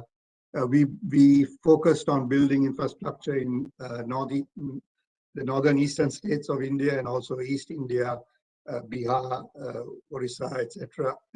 Assam, Meghalaya, tough terrain to build the towers. In 2007, the investors were from Singapore as well as Australia. There were high net worth individuals, angel investors, as well as private banks, a bank called Babcock and Brown. And at that time, there was no board automation process, so everything was in paper. And I can attest to the fact that it was really, really difficult working in not being able to move at the speed that we wanted to. Eventually, Transcend was sold to the American Tower Corporation in 2011. American Tower is listed in the NASDAQ. It's a large company that owns and operates towers across the world. I then joined E.co. E.co is different. Its main shareholder was the Axiata Group. Axiata owns and operates mobile operators in Bangladesh, Robi, in Nepal, in Malaysia, Celcom, Indonesia, and in India they had a stake in Vodafone Idea, which they sold. The other shareholders were INCJ Japan, which is a Japanese sovereign fund, Khazanah, which is a Malaysian sovereign fund, and QAP, which is an employee pension fund of government servants, so public servants. So we had a mixed board representing from these organizations. As you can imagine, the governance was a very important factor, and we started the company in 2013. I think by 2015-16, we adapted board automation, which helped us a lot. Certainly helped me because I was on the board in Myanmar, in Bangladesh, and in Sri Lanka. And it really was not easy to manage all the three countries. We didn't have board automation. The E.co was declared by Credit Suisse as a unicorn this year, the year that I retired from the company. And also the Frost & Sullivan awarded it the Asia Pacific Telecom Company of the Year for 5 consecutive years. So I can attest to the efficiency and the way that automating the board process helped the company, run and get to where it was. Next slide. So that's all I had in terms of talking about automation of the process and board process, and we'll be happy to talk to anyone who's interested in our product, which we have in India. Thank you, Vikesh, for your time. Oh, thank you very much, Vijendran. I think you connected the dots so very well. ending up with your own experiences with the startups. So you bring a huge experience across many countries. So this is really going to be useful. And the context is right, because doing all these things manually is going to be a big challenge. So board digitization is the only way out. And you are definitely leader in so many countries. Board Pack having their head office in US and also in Colombo, Singapore. Board Pack has also been a Golden Peacock Award winner of Institute of Directors Award on corporate governance. So we really thank you very much for your valuable time and sharing all these valuable experiences and nitty-gritties with our audience here. Thank you so much, and we look forward to inviting you again and having time with you when you come to India again. In the past, you have been posted in India as well. Yes, I have. And you have traveled very extensively. Thank you so much. Thank you, Vikesh. Thank you very much. Thank you. Thank you. Ravi, just take a minute's break for then we start with the second session.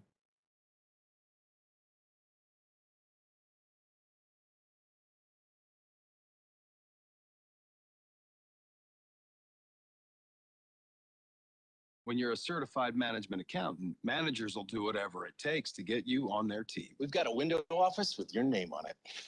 We have a corner office with your name on it. We'll pay for your lunch. We'll pay for your apartment. We'll give you a signing bonus. Because your ability to turn data into decisions is always in demand. We've got summer Fridays. We've got summer and winter Fridays. So take the first step toward becoming a CMA today and let the managers fight over you. See you on Monday. CMA, it makes all the difference.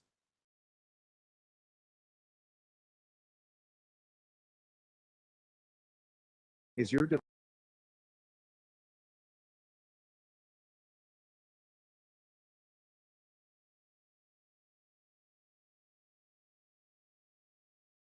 most user-friendly board meeting automation solution supports desktops, laptops, Windows Surface, Android tablets, iPads, Android phones, and iOS devices, so you can join all your meetings remotely and securely. To learn more about how you can get Board Pack installed on your preferred device for your next board meeting, reach out to one of our business managers at sales@boardpack.co.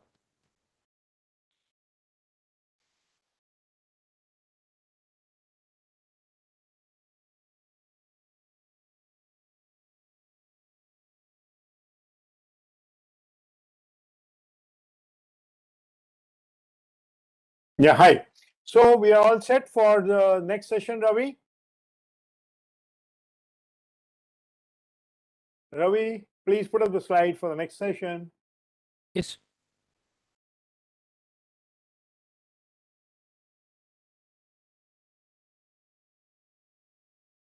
Great, lovely. So we have the next session coming up, a very interesting one, because that's where the money is all about in the startup. Raising market capitalization through startup board engagement. It's a huge challenge because the market capitalization that has been built up through investors chipping in all the time, publicizing their investments, it becomes a huge challenge for the new startup after listing. Suddenly, number of stakeholders go up. So it's a huge opportunity and also a challenge.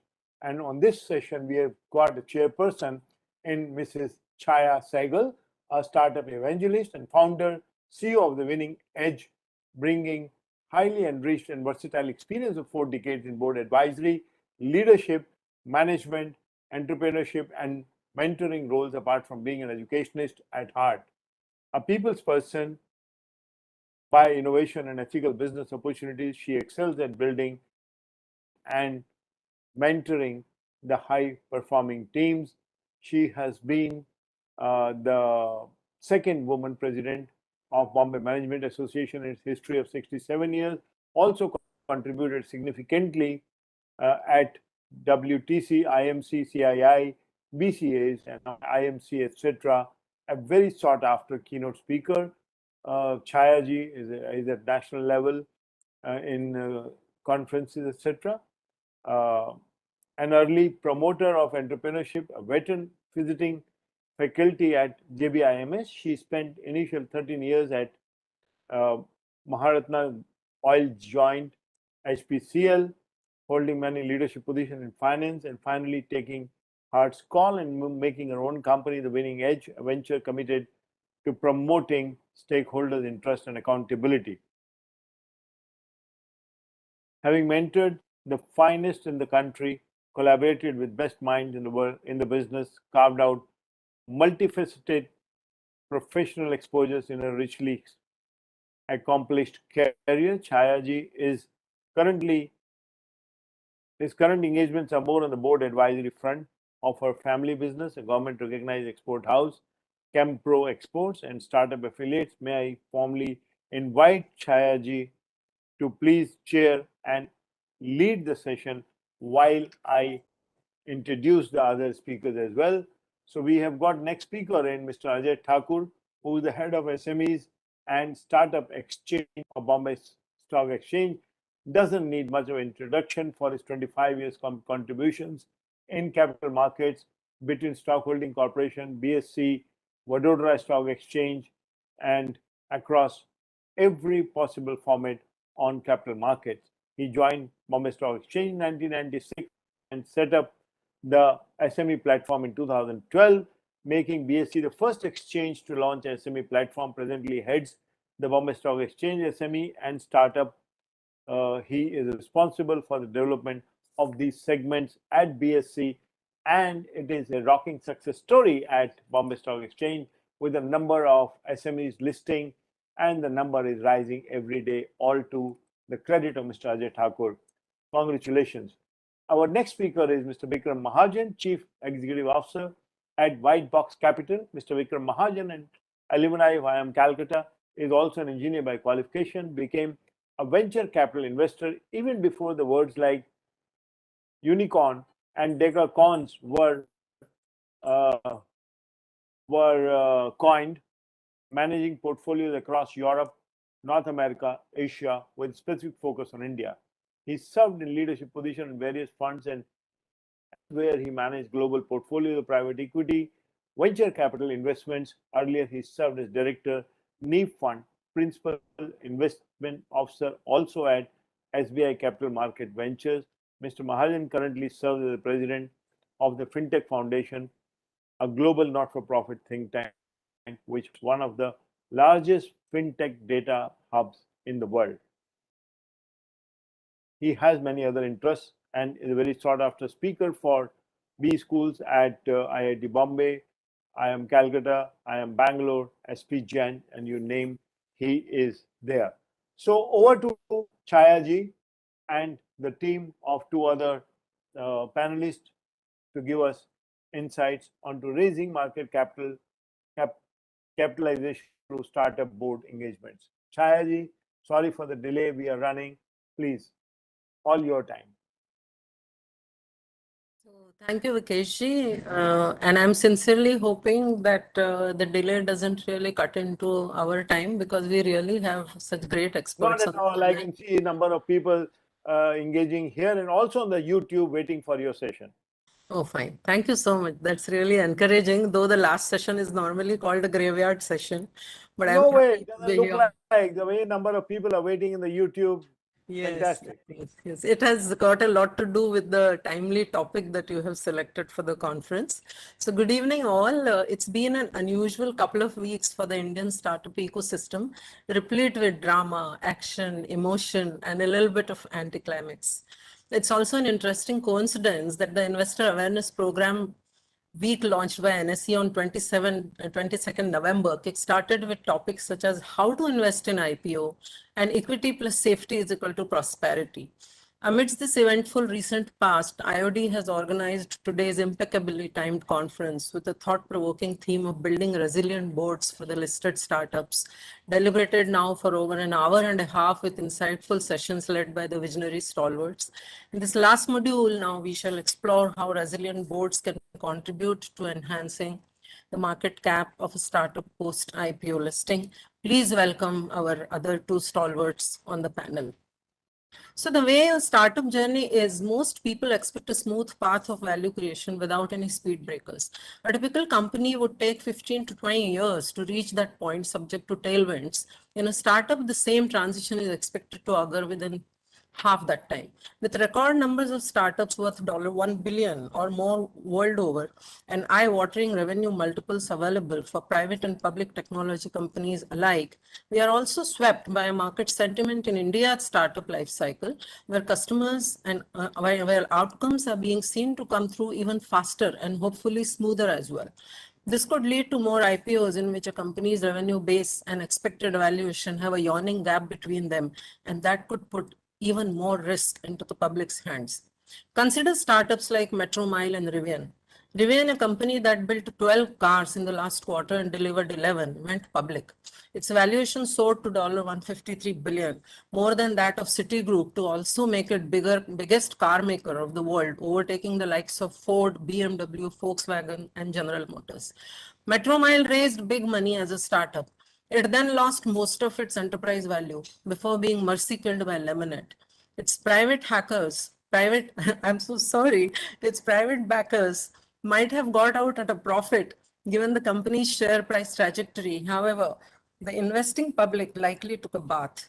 The point is, in private companies, the accredited investors are less than 0.1% of the population, but once a company is listed, even a tea stall owner can buy its stock, and the value of his money is far more precious, maybe the food for his family for the next few months. While VCs expect 8 out of 10 startups to bring no or minimal returns on their investments, that's not how a retail investor thinks. While the founders are focused on building the business, raising capital, investing money in R&D, and expanding to new markets and new geographies, somehow governance, control, processes, etc., that a conventional business would have the opportunity to focus on could end up getting overlooked even in the best of companies, simply because they are not adequately prioritized. However, it simply does not help to do it post-IPO. If a company is listed today, surely it had decided to go for an IPO several years ago, and at that point in time, these processes should ideally start to serve as effective defense techniques and crucial safeguards to ensure we can enjoy the fruits of past effort post-listing. This is where the governance aspect, the guidance of the board, and role of audit and compliance committees become of paramount responsibility and importance. Fundamental of the value proposition of the company will always remain the business driver. However, the board's active engagement in navigating and guiding the startups in making this transition from turnover-based focus to TBL-based journey for a long haul during the market correction and subsequent growth phase is what is going to build it. The startup founders need guidance from the board to appreciate the difference between speculation and investment for building a resilience balance sheet, which is a foundation to protect and grow the market cap. Globally, if we look at top 20 most valuable companies, Google, FB, now Meta, Intel, Cisco, Oracle, Tesla, etc., they are worth $1 trillion, of which top 5 began as technology-based startups, and 95% of their value is created post-IPO. It's essential to not stifle the startup culture of innovation while building the corporate culture to ensure compliance, governance, transparency, and integrity. Back home also, we have many inspiring examples where the corporates in their nascent stages, yes, we did not call them the startups then, have thrived under all the 3 categories of planet, people, and profit, such as Infosys, Amul, Tata Group, and ITC Echopan.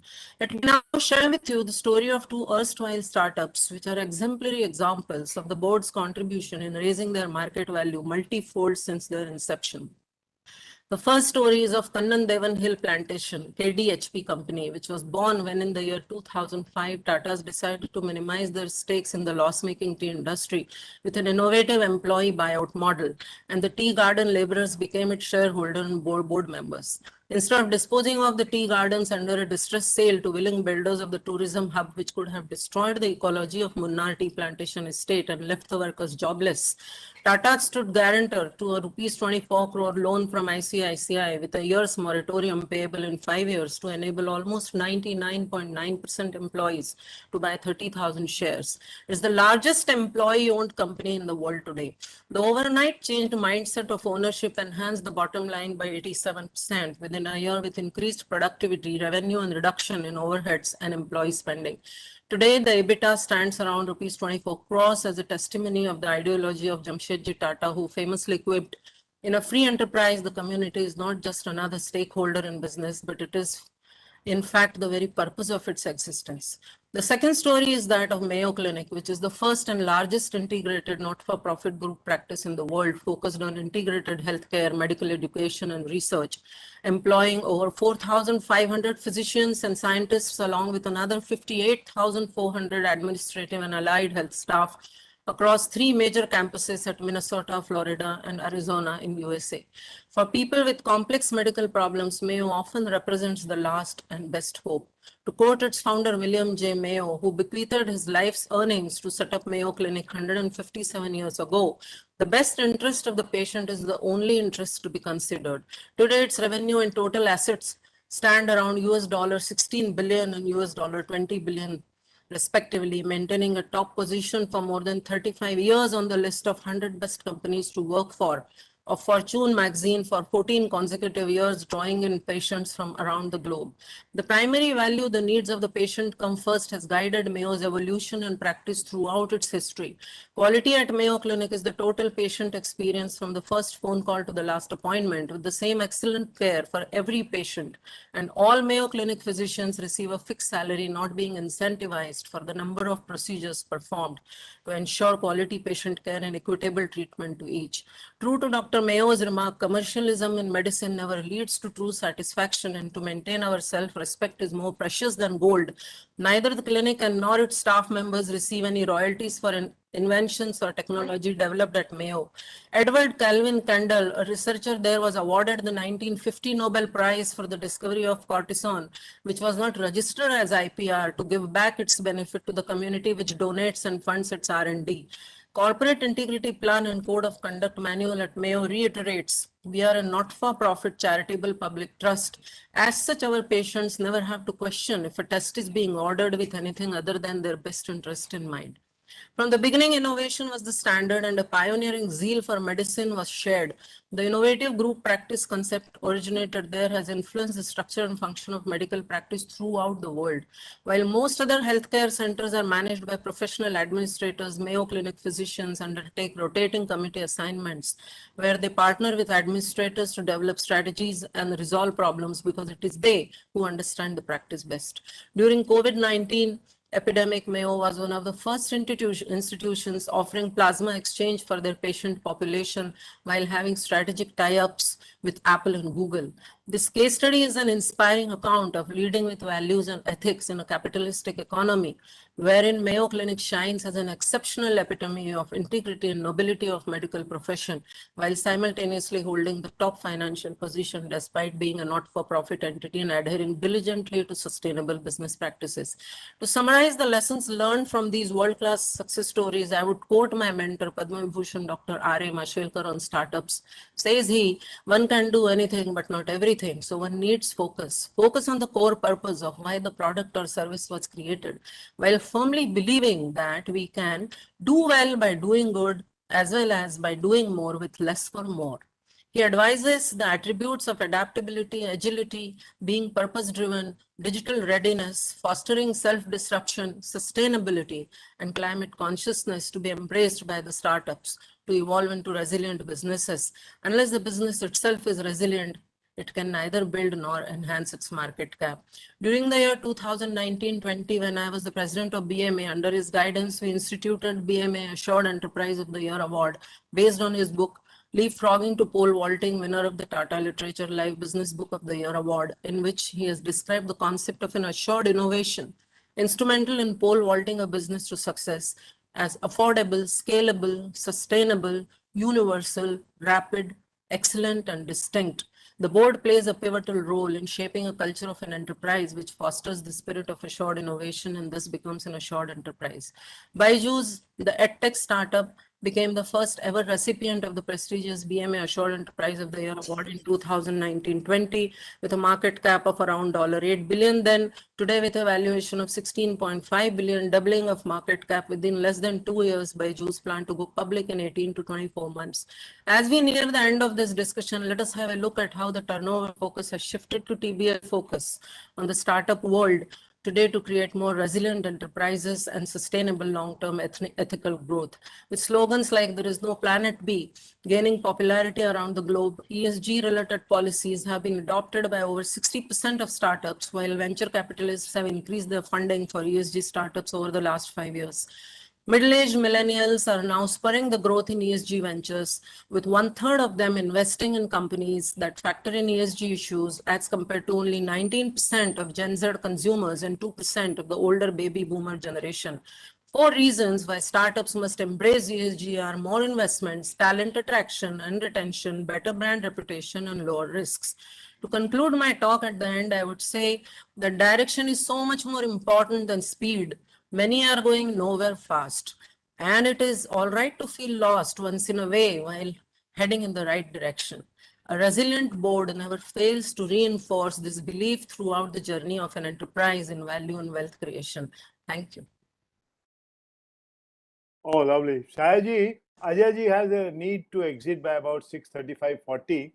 So let's kindly give invite him him a quick first. minute. Thank you. So let's Yeah. invite him first. I hope Ajay Yeah. Thakurji will bear with us.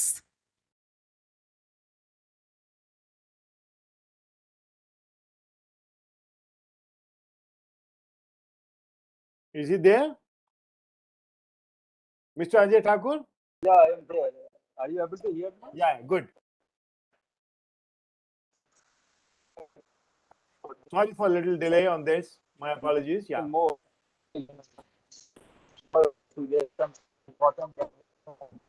Vikramji, I hope you don't mind. Pardon? You are taking a flight at 6:40? So at 6:40 I will start the boarding. The flight is at 7. Okay, okay. So no, so for such large events or big events, these things happen. Get an hour or so. Your audio is a nothing little less, so if you can raise the volume or get closer to the microphone. It's fine. Is it fine? Yeah, now it's too good. Yeah, very good. Now very good. Yeah, so I think Chaya Sagalji has explained everything very beautifully. Now I give you Mr. Thakur, get closer to the mic, please. Yeah. Just a minute, just a minute. He is in the lounge. Is it better? Yeah, Hello. it is better, but still a little closer is needed. Now it's fine. Yeah. So let me give you an insight about this startup ecosystem and SME ecosystem. I think in India in last 10 years the market has depended a lot. There has been a lot of focus on startups. Though if you ask me, for me, any company which is starting their business is a startup. But now startups are more associated with technology-related company, which has the attribute of disrupting the market. In last few months, earlier we have never seen the startups getting listed so soon and with such a high valuation. But recently, with the listing of 5 startups on BSE main board, we have seen the valuation shooting up like anything. And if you take the story of Paytm or Najara, both are trading at a valuation of more than 1 lakh of crore. And let me tell you, it has given a lot of motivation for the PVC guys to invest in the startups. And recently, we have seen the deals going up substantially. So I think we are in the sweet spot whereby we are seeing, in India, a lot of startups coming, PVC or angel investors investing in these startups. And with the listing of these startups, which have already got converted into unicorns, I think the investors who have invested in these companies are getting handsome returns. Having said that, okay, India is a big country. We we are the third largest destination of the startup. More than 50,000 startups are registered. And I think that another 25,000 startups may be there, which are in the unlisted territory or which are not registered with the IPP. And out of these 60, 70,000 startups, almost 50 have got converted into unicorns. But I have been told that most of the startups don't get funds. Even recently, I have visited Bangalore, and one of the startups, which is in profit, they are not getting funds from the PVC and they are being told that you have to increase the revenue even if you burn the money and you don't make the loss. I think there I don't have personally a very good comfort level. I think there is a need of the hour is this, that not only the top line should get focused, but also bottom line should get focused. Any business, if in 10 years they are not making it, then I think there is something somewhere wrong. So my request to the PE and basic guys is to motivate the promoters also, not only increasing the top line, but also try to make the profit so that it remains a sustainable business and not all over their life they keep on burning money. So there is some issue, but still, as long as investors are happy investing in this company, we don't have any issue. BSE has also started a startup platform recently in 2018. And though 1.5 years we have seen the COVID period, but still we have been able to get 12 startups listed. Though they have got a small fund to the tune of 50 crores, but the market capitalization has hit 300 crores and it's moving up. And let me tell you one more thing, that these startups are all profit-making startups. They are not loss-making startups. All these 12 out of 12, 10 to 11 startups are profit-making. Another few are in pipeline. And we are trying to ensure that these startups should approach to the investors, and investors' attraction should also come to the startup company. Somehow, still investors' attractions are not coming in the listed space. They are more inclined in investing into startups into unlisted space. But to deepen the market, we have started with the startup platform so that those startups which are not getting the funds from the angel or PVC guy, they can raise funds from our startup platform. And we have kept the guidelines very simple. What we say that if you are in existence for a minimum period of 2 years, you are in the space of technology related areas, and your net worth is positive, then you can get listed on to our startup platform. So 4-5 eligibility criteria we have kept. Number 1, the company should be in the technology space. Number 2, they should be in existence for a minimum period of 2 years. Third, their net worth should be positive. They need to be registered as a startup with DIPT. In case they are not registered as a startup with DIPT, then their paid-up capital needs to be 1 crore. So these are the 4 eligibility criteria. If any startup meet the eligibility criteria, they can come here. They can bring an IPO. They can raise the fund and get themselves listed. No, compliance is always an issue for the startup and the SME companies in the initial stage. So we have relaxed the compliance requirement also. Here we are saying that the company has to do half-yearly compliance, means that they have to file their balance sheet on half-yearly basis, that also unaudited.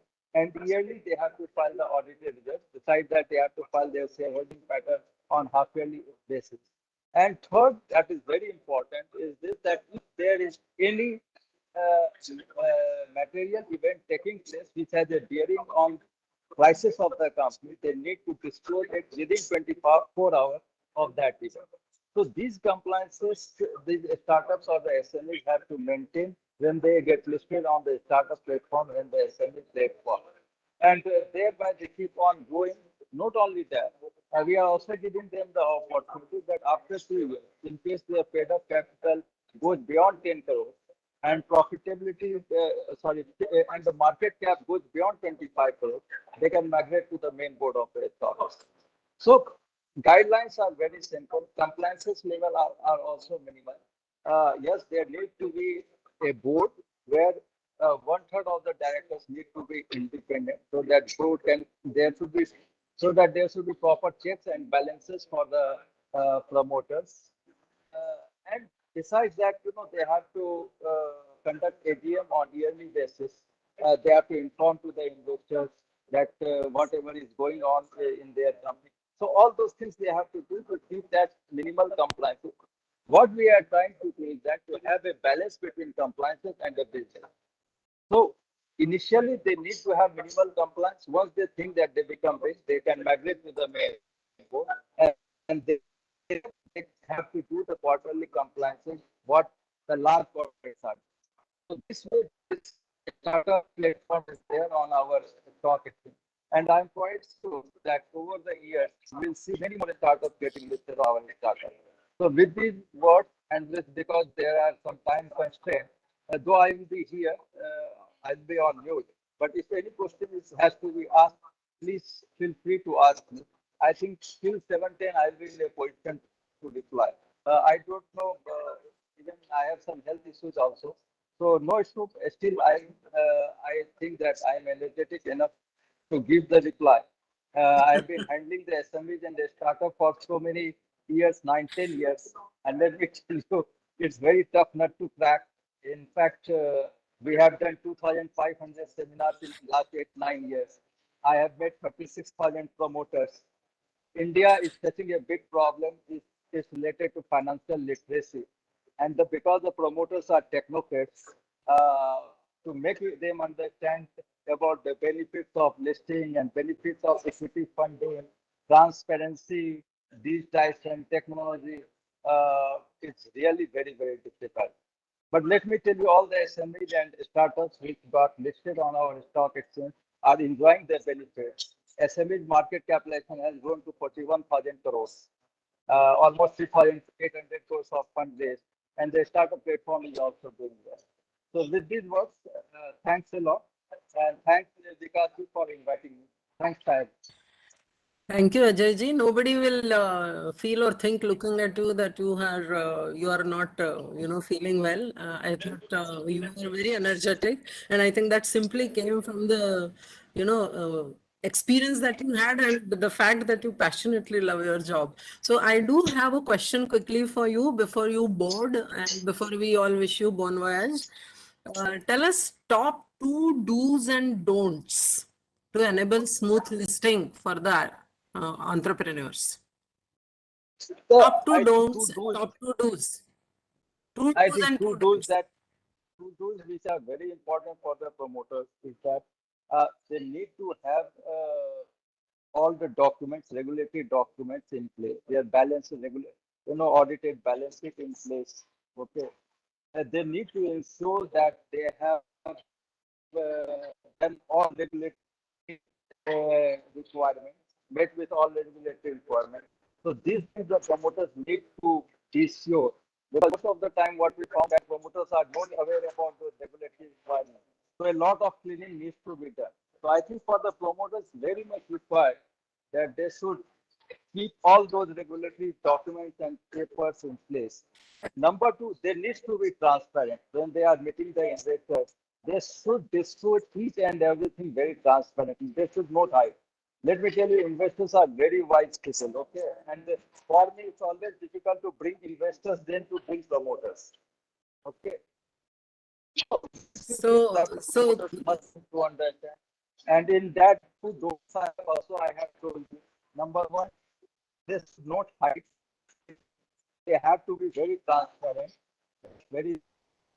Number 2, as far as don'ts are concerned, only thing I can see is that understand the benefits of all financial instruments. Okay, leveraging any single instrument is never good for the company. In fact, it's very hazardous.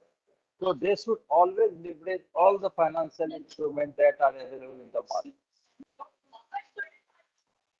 So thank you. There were such important pointers and I think very good guidelines for the ambitious promoters who want to now go in for an IPO. And I thought that in a way, these also serve as a great guideline for the board. So for example, when we say that all regulatory documents should be in place and they should understand the benefit of all the financial instruments, the board can play a very valuable role in guiding this. And the next one where you say they need to be transparent, I think the independent director can play a very valuable role over here. Thank you very much for those valuable inputs, Ajay ji. Anything else you would like to say? No, only thing I would like to say that welcome on SME platform, startup platform. We will give you red carpet welcome, and we will help you in unlocking your wealth, unlocking your value. I always tell the promoters that, listing is nothing but moving from taxation or other models towards wealth creation model, and where you as well as all stakeholders should benefit from you, and they should like to get associated with that. Thank you. Thank you so much for that optimistic Thank you, tone Ajay. in Thank your you. talk.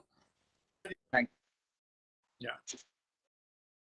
So Vikesh ji, should we wish him bon voyage and invite Bikram ji now? Yeah, let's do it. Please, he can stay back as long as his time permits. Yes. And while Mr. Vikram Mahajan takes over. Yes. Bikram, please take over. Sure. Am I audible? Yes, very much. Yes, yes, Bikram, you are. Thank you, Vikesh ji, for the opportunity. Thank you, Chaya ji, for being the chair of this session. I'll try to wrap it up as quickly as possible. And let me check if the screen sharing options are working. I would request the IoT team to upload my presentation, if possible. I had emailed it across some time back because I can't access the screen sharing option. So we all know, by the time it's loaded, I would just give you a prelude. We all know this year would be remembered as the year of the unicorns, or as well as the year of the IPOs. Even globally, if you look at it, there are over 1,000 unicorns now, with a combined valuation of over $3 trillion. In India itself, we witnessed 37 new unicorns this year and counting, which is a growth over 90% over last year.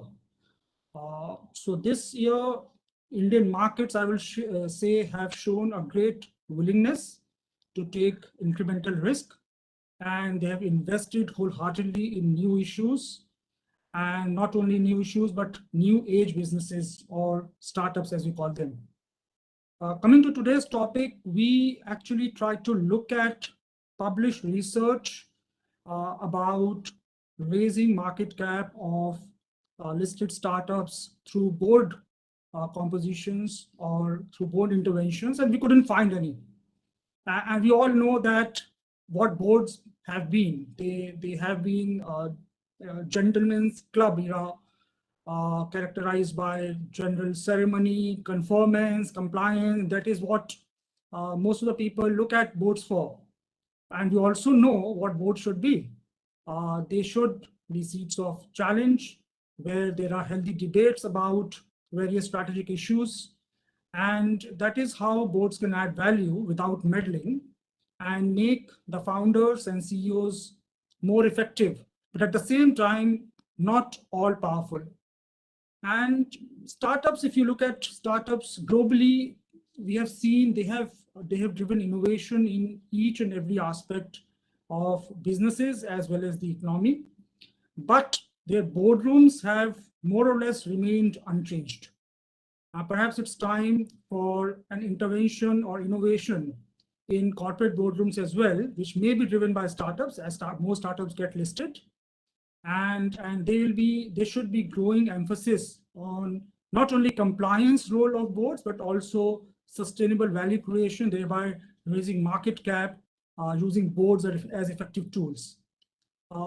We all know there is a lot of evidence globally as well as in India on there's a direct relationship between good corporate governance and firm performance as well as market capitalization. And one key aspect of corporate governance is, of course, a resilient board, which is the theme of today's discussion. And independent or outside directors play a significant role in improving governance, and that is the focus of my conversation today. And hence, independent directors can directly increase the fundamental value of a company through interesting board compositions and board engagement models, startup or otherwise. So if the presentation is loaded, we can begin. Okay. So this is an attempt to generate an interesting framework for listed startup boards, where we say that there are four, according to us, and this is based on our research, that there are four interesting inputs that we found, and a combination of these inputs can actually drive an interesting, effective board composition and quality of board engagement to raise the market cap of listed startups. The first of which is, next slide, please. Life cycle of a startup board. We all know that initially the board of a startup is represented by family and friends, followed by angel investors. And then as they raise more rounds of funding, VC investors come in and they join the board. Board seat to a VC from a founder's perspective is the cost of VC funding. But nonetheless, VC directors are almost everything an entrepreneur could wish for in terms of financial acumen, network, and even functional knowledge. And at the same time, VC directors have a complete alignment with increasing the company's valuation. And however, there are times when there is a misalignment between the founder and investor directors in terms of sustainable value creation versus short-term value creation, or a faster road to exit for VC investors, etc. So in that case, and this is very important, in that case, a competent outside director can play a pivotal role in mediating and resolving these differences, because these outside directors don't have a financial stake, which makes them more objective than the VC partners looking for a return on the investment. And we have all seen recent board battles at Uber, WeWork, in which company founders were ousted from their own job. And so there is a growing appreciation, I think, all around for the role of independent directors, and that the role that only they can play. Which brings us to the next dimension. Slide change, please, of the framework. Next slide, please. Which is orientation of entrepreneurs. So this is a classic king versus rich spectrum, which was coined by Noam Wasserman of Harvard. He penned it in the book called Founder's Dilemma, that founders trade off financial gains versus control gains. What that means is they can gain a more valuable stake by being willing to give up control, or they can keep control, not attract the best resources, and end up with less valuable stakes, but be the king. So they can either be kings or they can be rich. Of course, there is another dimension, which is a rich king, which is an exception. And we all know there are a few companies which got listed recently where founders ended up having majority stakes. Now compare this with a traditional company getting listed. A traditional company in India, we all know that promoter stakes are very high. And SEBI has been putting them under a lot of pressure to decrease their stakes, actually. Compare this to startups getting listed, from Paytm to Policy Bazaar and other startups. And most of them, except I think Nykaa is an exception, their founders actually have negligible stakes. So, and there is a global study. Next slide, please. There's a global study in which we actually mapped 71 startups, and we saw that out of 71 startups, around 7, when they went for an IPO, had more than 50%. Founders had more than 50% stake at the time of IPO. Only 10%. Compare that to traditional companies. When they go for listing, promoters have either 100% or more than 75%. And even after getting listed, they still have more than 50% stake. So in case of startups, it's very easy for them. In case a startup has already gone the way to an IPO, it's likely they have taken the rich road, and even before they are listed. So Previous slide, please. And this is closely related to now the mix of outside directors. There are three kinds of outside directors according to us. One we call as compliance directors, which and the compliance directors are those directors which are hired only to do the bare minimum of helping the startup company. That is just to comply with regulations in terms of number of independent board seats. And they may have an acceptable profile to do that. So if a startup fills all the independent board seats with compliance directors, then they lose the opportunity to increase their market value, using an outside director in more ways than one. Second comes the reputation directors, which actually are hot property right now.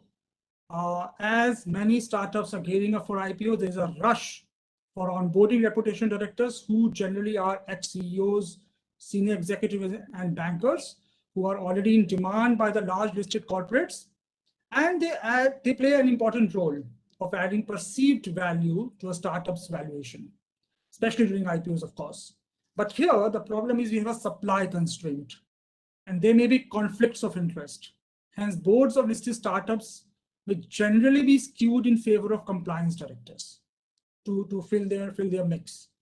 But the forgotten directors are active directors who are extremely hands-on. They understand the startup, its industry and ecosystem well, and they may use their skill, experience, and network to directly increase the value of the startup, and also play a mediation role that we talked about earlier.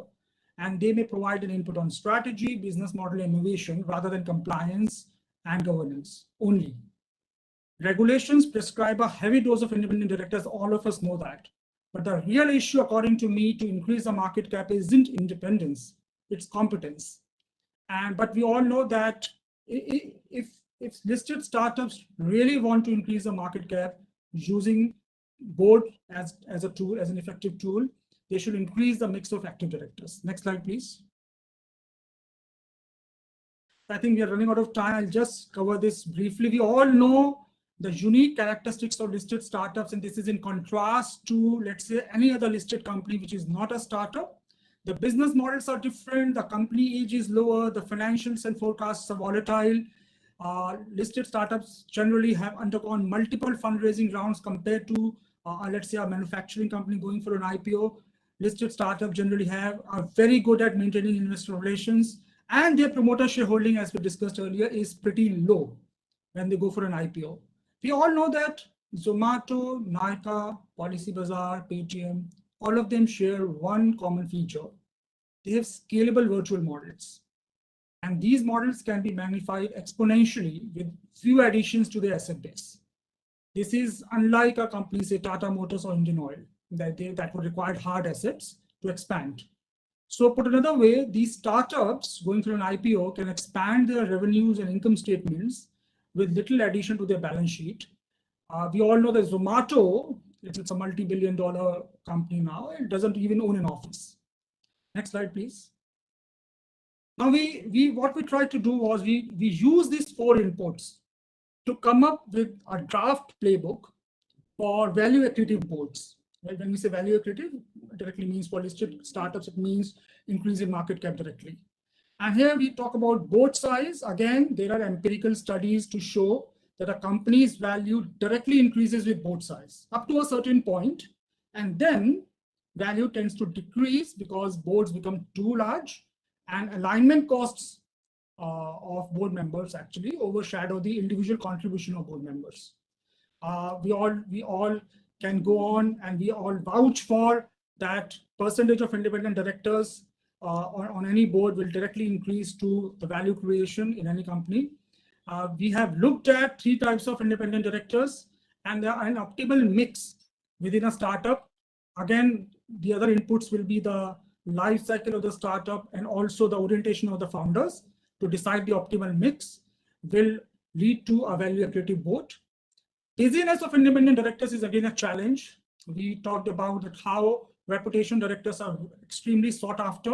There was a recent study where it was published that 65 out of Nifty 100 companies share at least one independent director with each other. And finally, reputation, experience, and skill set of individual board members should be evaluated before onboarding them to make it an value accretive board. Last slide, please. Next slide, please. And finally, we after an optimal board composition, we also try to come up with a framework for board engagement, effective board engagement, to increase the valuation. Here, this is a pyramid. And just like Maslow's hierarchy of needs, if listed startups can flip this pyramid and use the board's time effectively more on activities at the top, like strategy and innovation, rather than at core compliance and governance, there is a tremendous opportunity for them to use their board as effective tools to create sustainable value. Boards, we all know, they are generally backward looking, and because of which they evaluate past and current business performance, investment decisions, they focus more on compliance issues,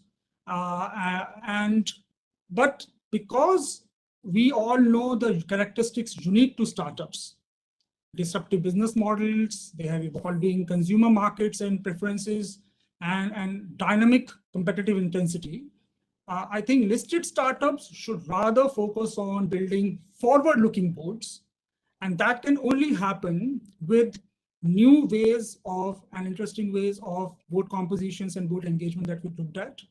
And boards need to, because boards of all people, boards are the ones which need to look further out than anyone else in the startup. I will conclude by saying that as more new age businesses get listed and Indian markets and investors find a new normal in the dynamic business models of these disruptive companies that we're looking at, I think role of outside directors will only increase in both rising and falling markets and economy. So I think my presentation is done. Happy to engage in any other conversation.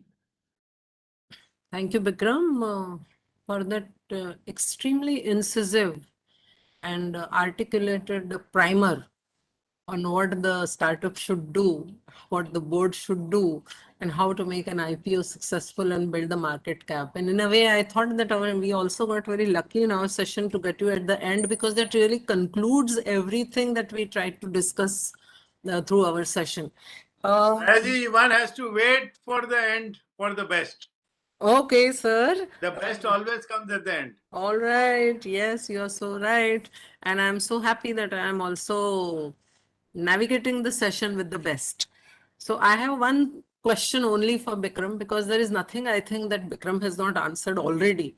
And that question is that which is your most favorite startup, Bikram, for a startup board? I generally, among tech startups, I am a big fan of Microsoft. And within Microsoft recently, sometime back, they acquired LinkedIn. LinkedIn is the one, again, not a startup anymore, but a tech company which is listed, and I'm a huge fan of LinkedIn. And is there anybody in India? In India, it's wait and watch in India still. Oh yes, we have to still evolve. Okay, that's a loaded comment. So all the known ones, Infosys, Tata Group companies, and whatnot. Vikram ji, Malik ko number mat do, naukri ko to de do. That was very interesting, and thank you, Vikesh ji, for this opportunity to speak, to anchor. I wish to also thank IOD. I wish to thank all the friends, Preeti, Ravi, Purnima, all of those who made this possible and facilitated it well for me to anchor this panel discussion. So Vikesh ji, over to you. Depends if you want to take any more questions, or due to now, delay, whether you want to proceed with the further agenda. Thank you. I think more than questions, I'm getting loads of appreciation, for the maximum appreciation for Bikram's presentation. Congratulations. Mr. Mahajan, appreciate your inputs. Interesting presentation. Thank you so much. By Mr. Mahajan, true interesting study there.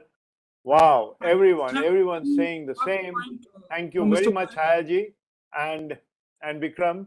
The old saying never dies, patience pays. So one has to wait for you really delivered an excellent presentation, very, very well summarized. Thank you very much, and we look forward to your time and guidance again. Thank you very much. I think for the paucity of time, I would keep the questions for your mailbox later. And I would now like to invite Mr. Pradeep Chaturvedi for his concluding remarks. I'm skipping his introduction for the sake of time. He is very well recognized in IOD, and he's our Vice President. And I would request Mr. Pradeep Chaturvedi to kindly give his concluding remarks. Thank you, Vikeshji. It was a wonderful last 4 hours of listening, and really very well made presentations. Technology glitches do take place, and once you are controlled by technology, you can't do. Many times there are pluses but minuses also. So you are always, that's why at a time, whenever I have a chance to speak freely and not with the PPTs, I avoid PPTs because that you are otherwise you are just caught by the technology. But let me say this, today's discussion on building resilient boards for listed startups was a wonderful idea. And all the presentations that were done, it appeared they could have been speaking for hours and hours, much longer than what we had. But this was a nice experience. We even at IOD, we had been focusing on how MSMEs and the startups could be promoted for last 4 years. And every time you find our DT has a corner for it, and we have developed the whole program on the lines of our masterclass for directors. And very shortly, we'll be a specialized training for startups. Many of the things that were said, how the listed companies will behave, how the boards will behave, what will be the role of ESG, all those components have been built into very, very carefully. And I can tell you, once this course comes in, everyone from the startups would be really greatly benefited. Now, having said this, let me just say the role of the startups became very prominent after COVID-19. The resilience that businesses have developed in the face of disruption can provide a new foundation for growth, provided leaders seize the moment to build on what their people have achieved. Now, this is a very, very important thing, and you would have observed a study which was done 6 months after the after the COVID started. They found that whereas the larger companies were still thinking and rethinking as to what they should do, there was a number of startups which came forward, and they really grew, took best advantage of the opportunity, and created their own supply chains, manufacturing facilities, because they had that flexibility. They were not controlled by the larger industries standards. Let me tell you, recently, just about 2-3 days back, I talked to the manager in charge for one of the largest banks in the NCR. There's the largest one giving out the loans and funding to startups. And then I did ask him, are you giving it, and what is the kind of the problem that he had? Now he said that most of those who walk into my office, they walk in with one page write-up, and they expect that whatever is their requirement, that should be really met. And they said, then it's our job to really read that, understand, convince the person that how the supporting documents have got to be done. Because if there is no collateral security, but we are still supporting. We are finding that many of them are the freshers from the colleges and all, had with no or very small earlier experience of the industries. Therefore, they may not be in a position to give the kind of information that is required, or the kind of structured way which the boards could really provide. And that is one of the major reasons. Some of the speakers did mention that many of those startups, they come forward with 3, 4, 5 different objectives, and whichever may succeed. It is not that whichever may succeed. If you look into when they're passing out from the colleges, when they make their projects, they are asked to write a number of objectives for the project and then only get into it. So it took some time But the impact that the startups had made within last 1.5 years is remarkable and is being recognized not only in India, but also in all other countries. The second important thing about the startups was the government had a condition that you show your performance for last couple of years, 2 years or 3 years, then only you could be applying for public listing, or you could be applying for the loans and all. I mean, look at the people, most of those who are now being called unicorns, they have gone out for the private venture funding. They have not bothered for the banks. They have not bothered for the government funding. And they have found out funding anyway from throughout the world. And that's how today we say that we are 160 or 170 unicorns and all such things. But this is their basic effort. Their effort also to ensure that they get the sufficient funds and then go out for IPOs.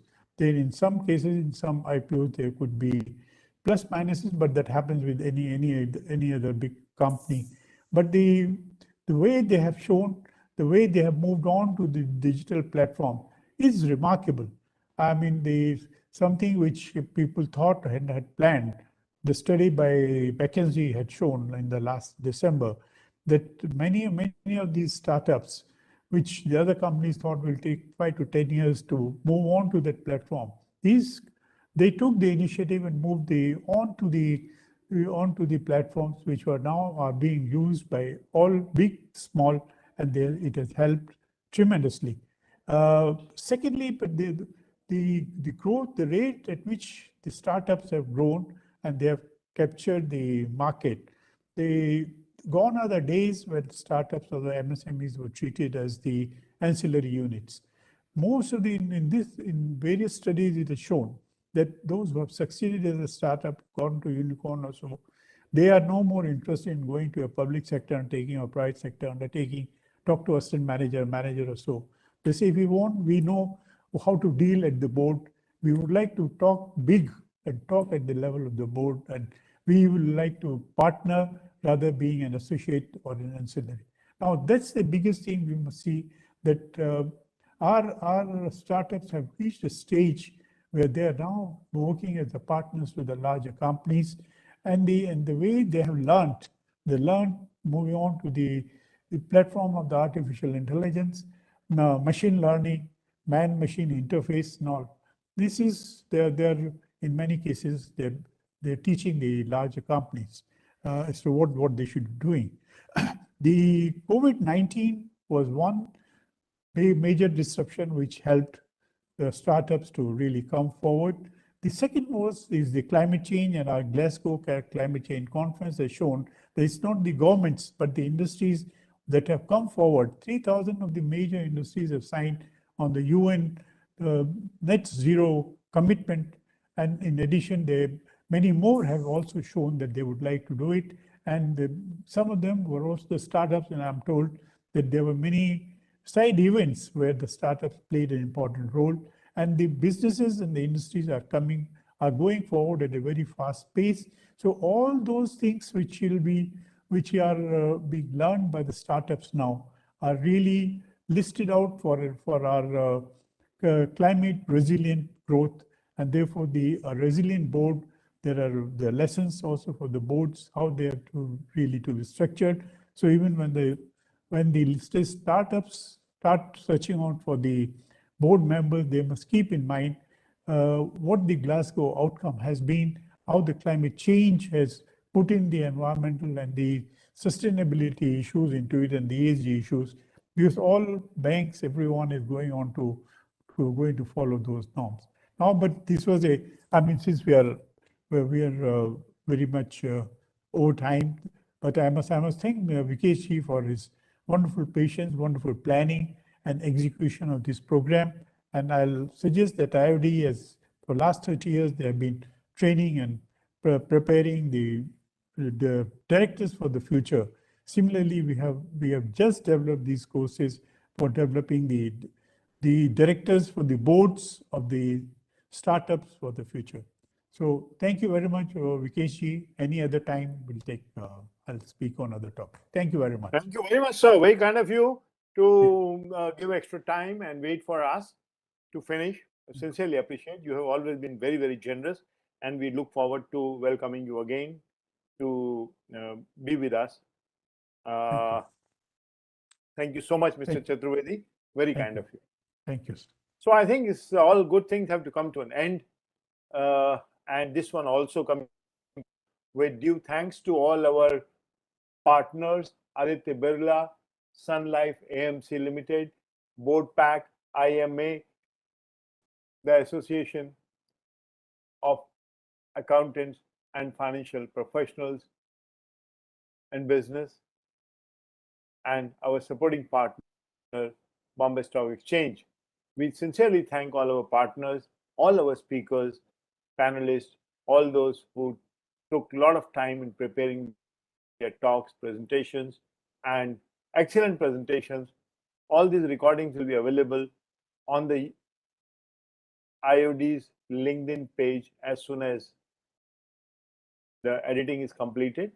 IOD will do the posting. So keep looking at the IOD LinkedIn page and keep attending our programs. Join us as members if you are not a one member, and renew your membership, be a life member with us, and partner with us for promoting good corporate governance. I thank my colleagues at Delhi office in IOD and also in Mumbai office for all their efforts in conducting this. Despite all the technical glitches that came, I think we managed everything so well. Thank you so much. And thank you all my partners. Particularly, I would like to thank Ashoka from Colombo, Alhad here in Mumbai, Lata and Pranesh from IMA, and Hemanti and Prateek from Birla. Thank you so much for all your support. We look forward to partnering again and keeping in touch. There is a request for Vikram's email ID. In case he is here, can he please put it up? Otherwise, his email ID is vikram.mahajan@gmail.com.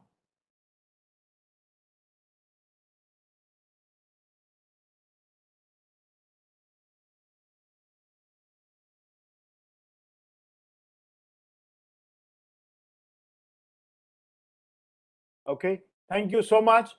Ravi, kindly play the videos so that we can wind up.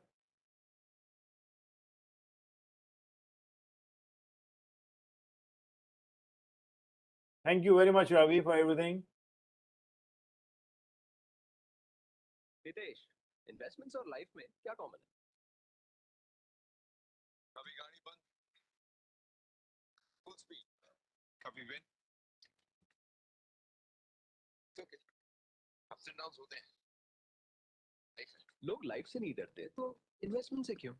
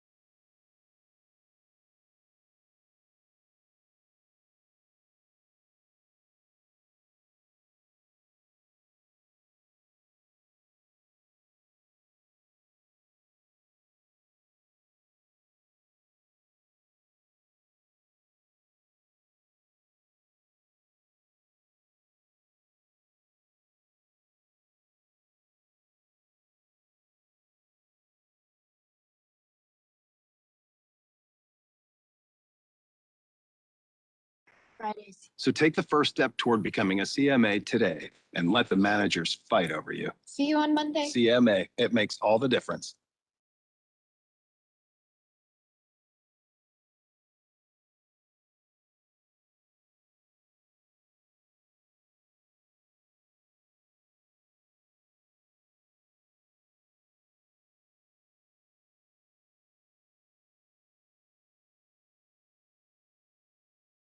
purge, regular penetration, and vulnerability testing. 3-tier deployment.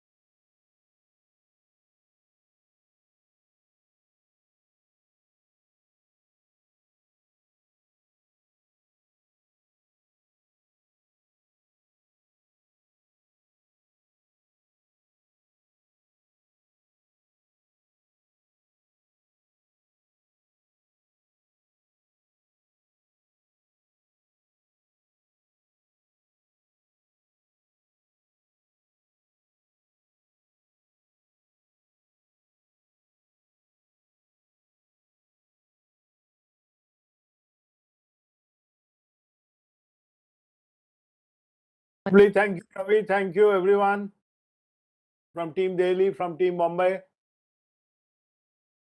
Thank you so much, sir. Good night.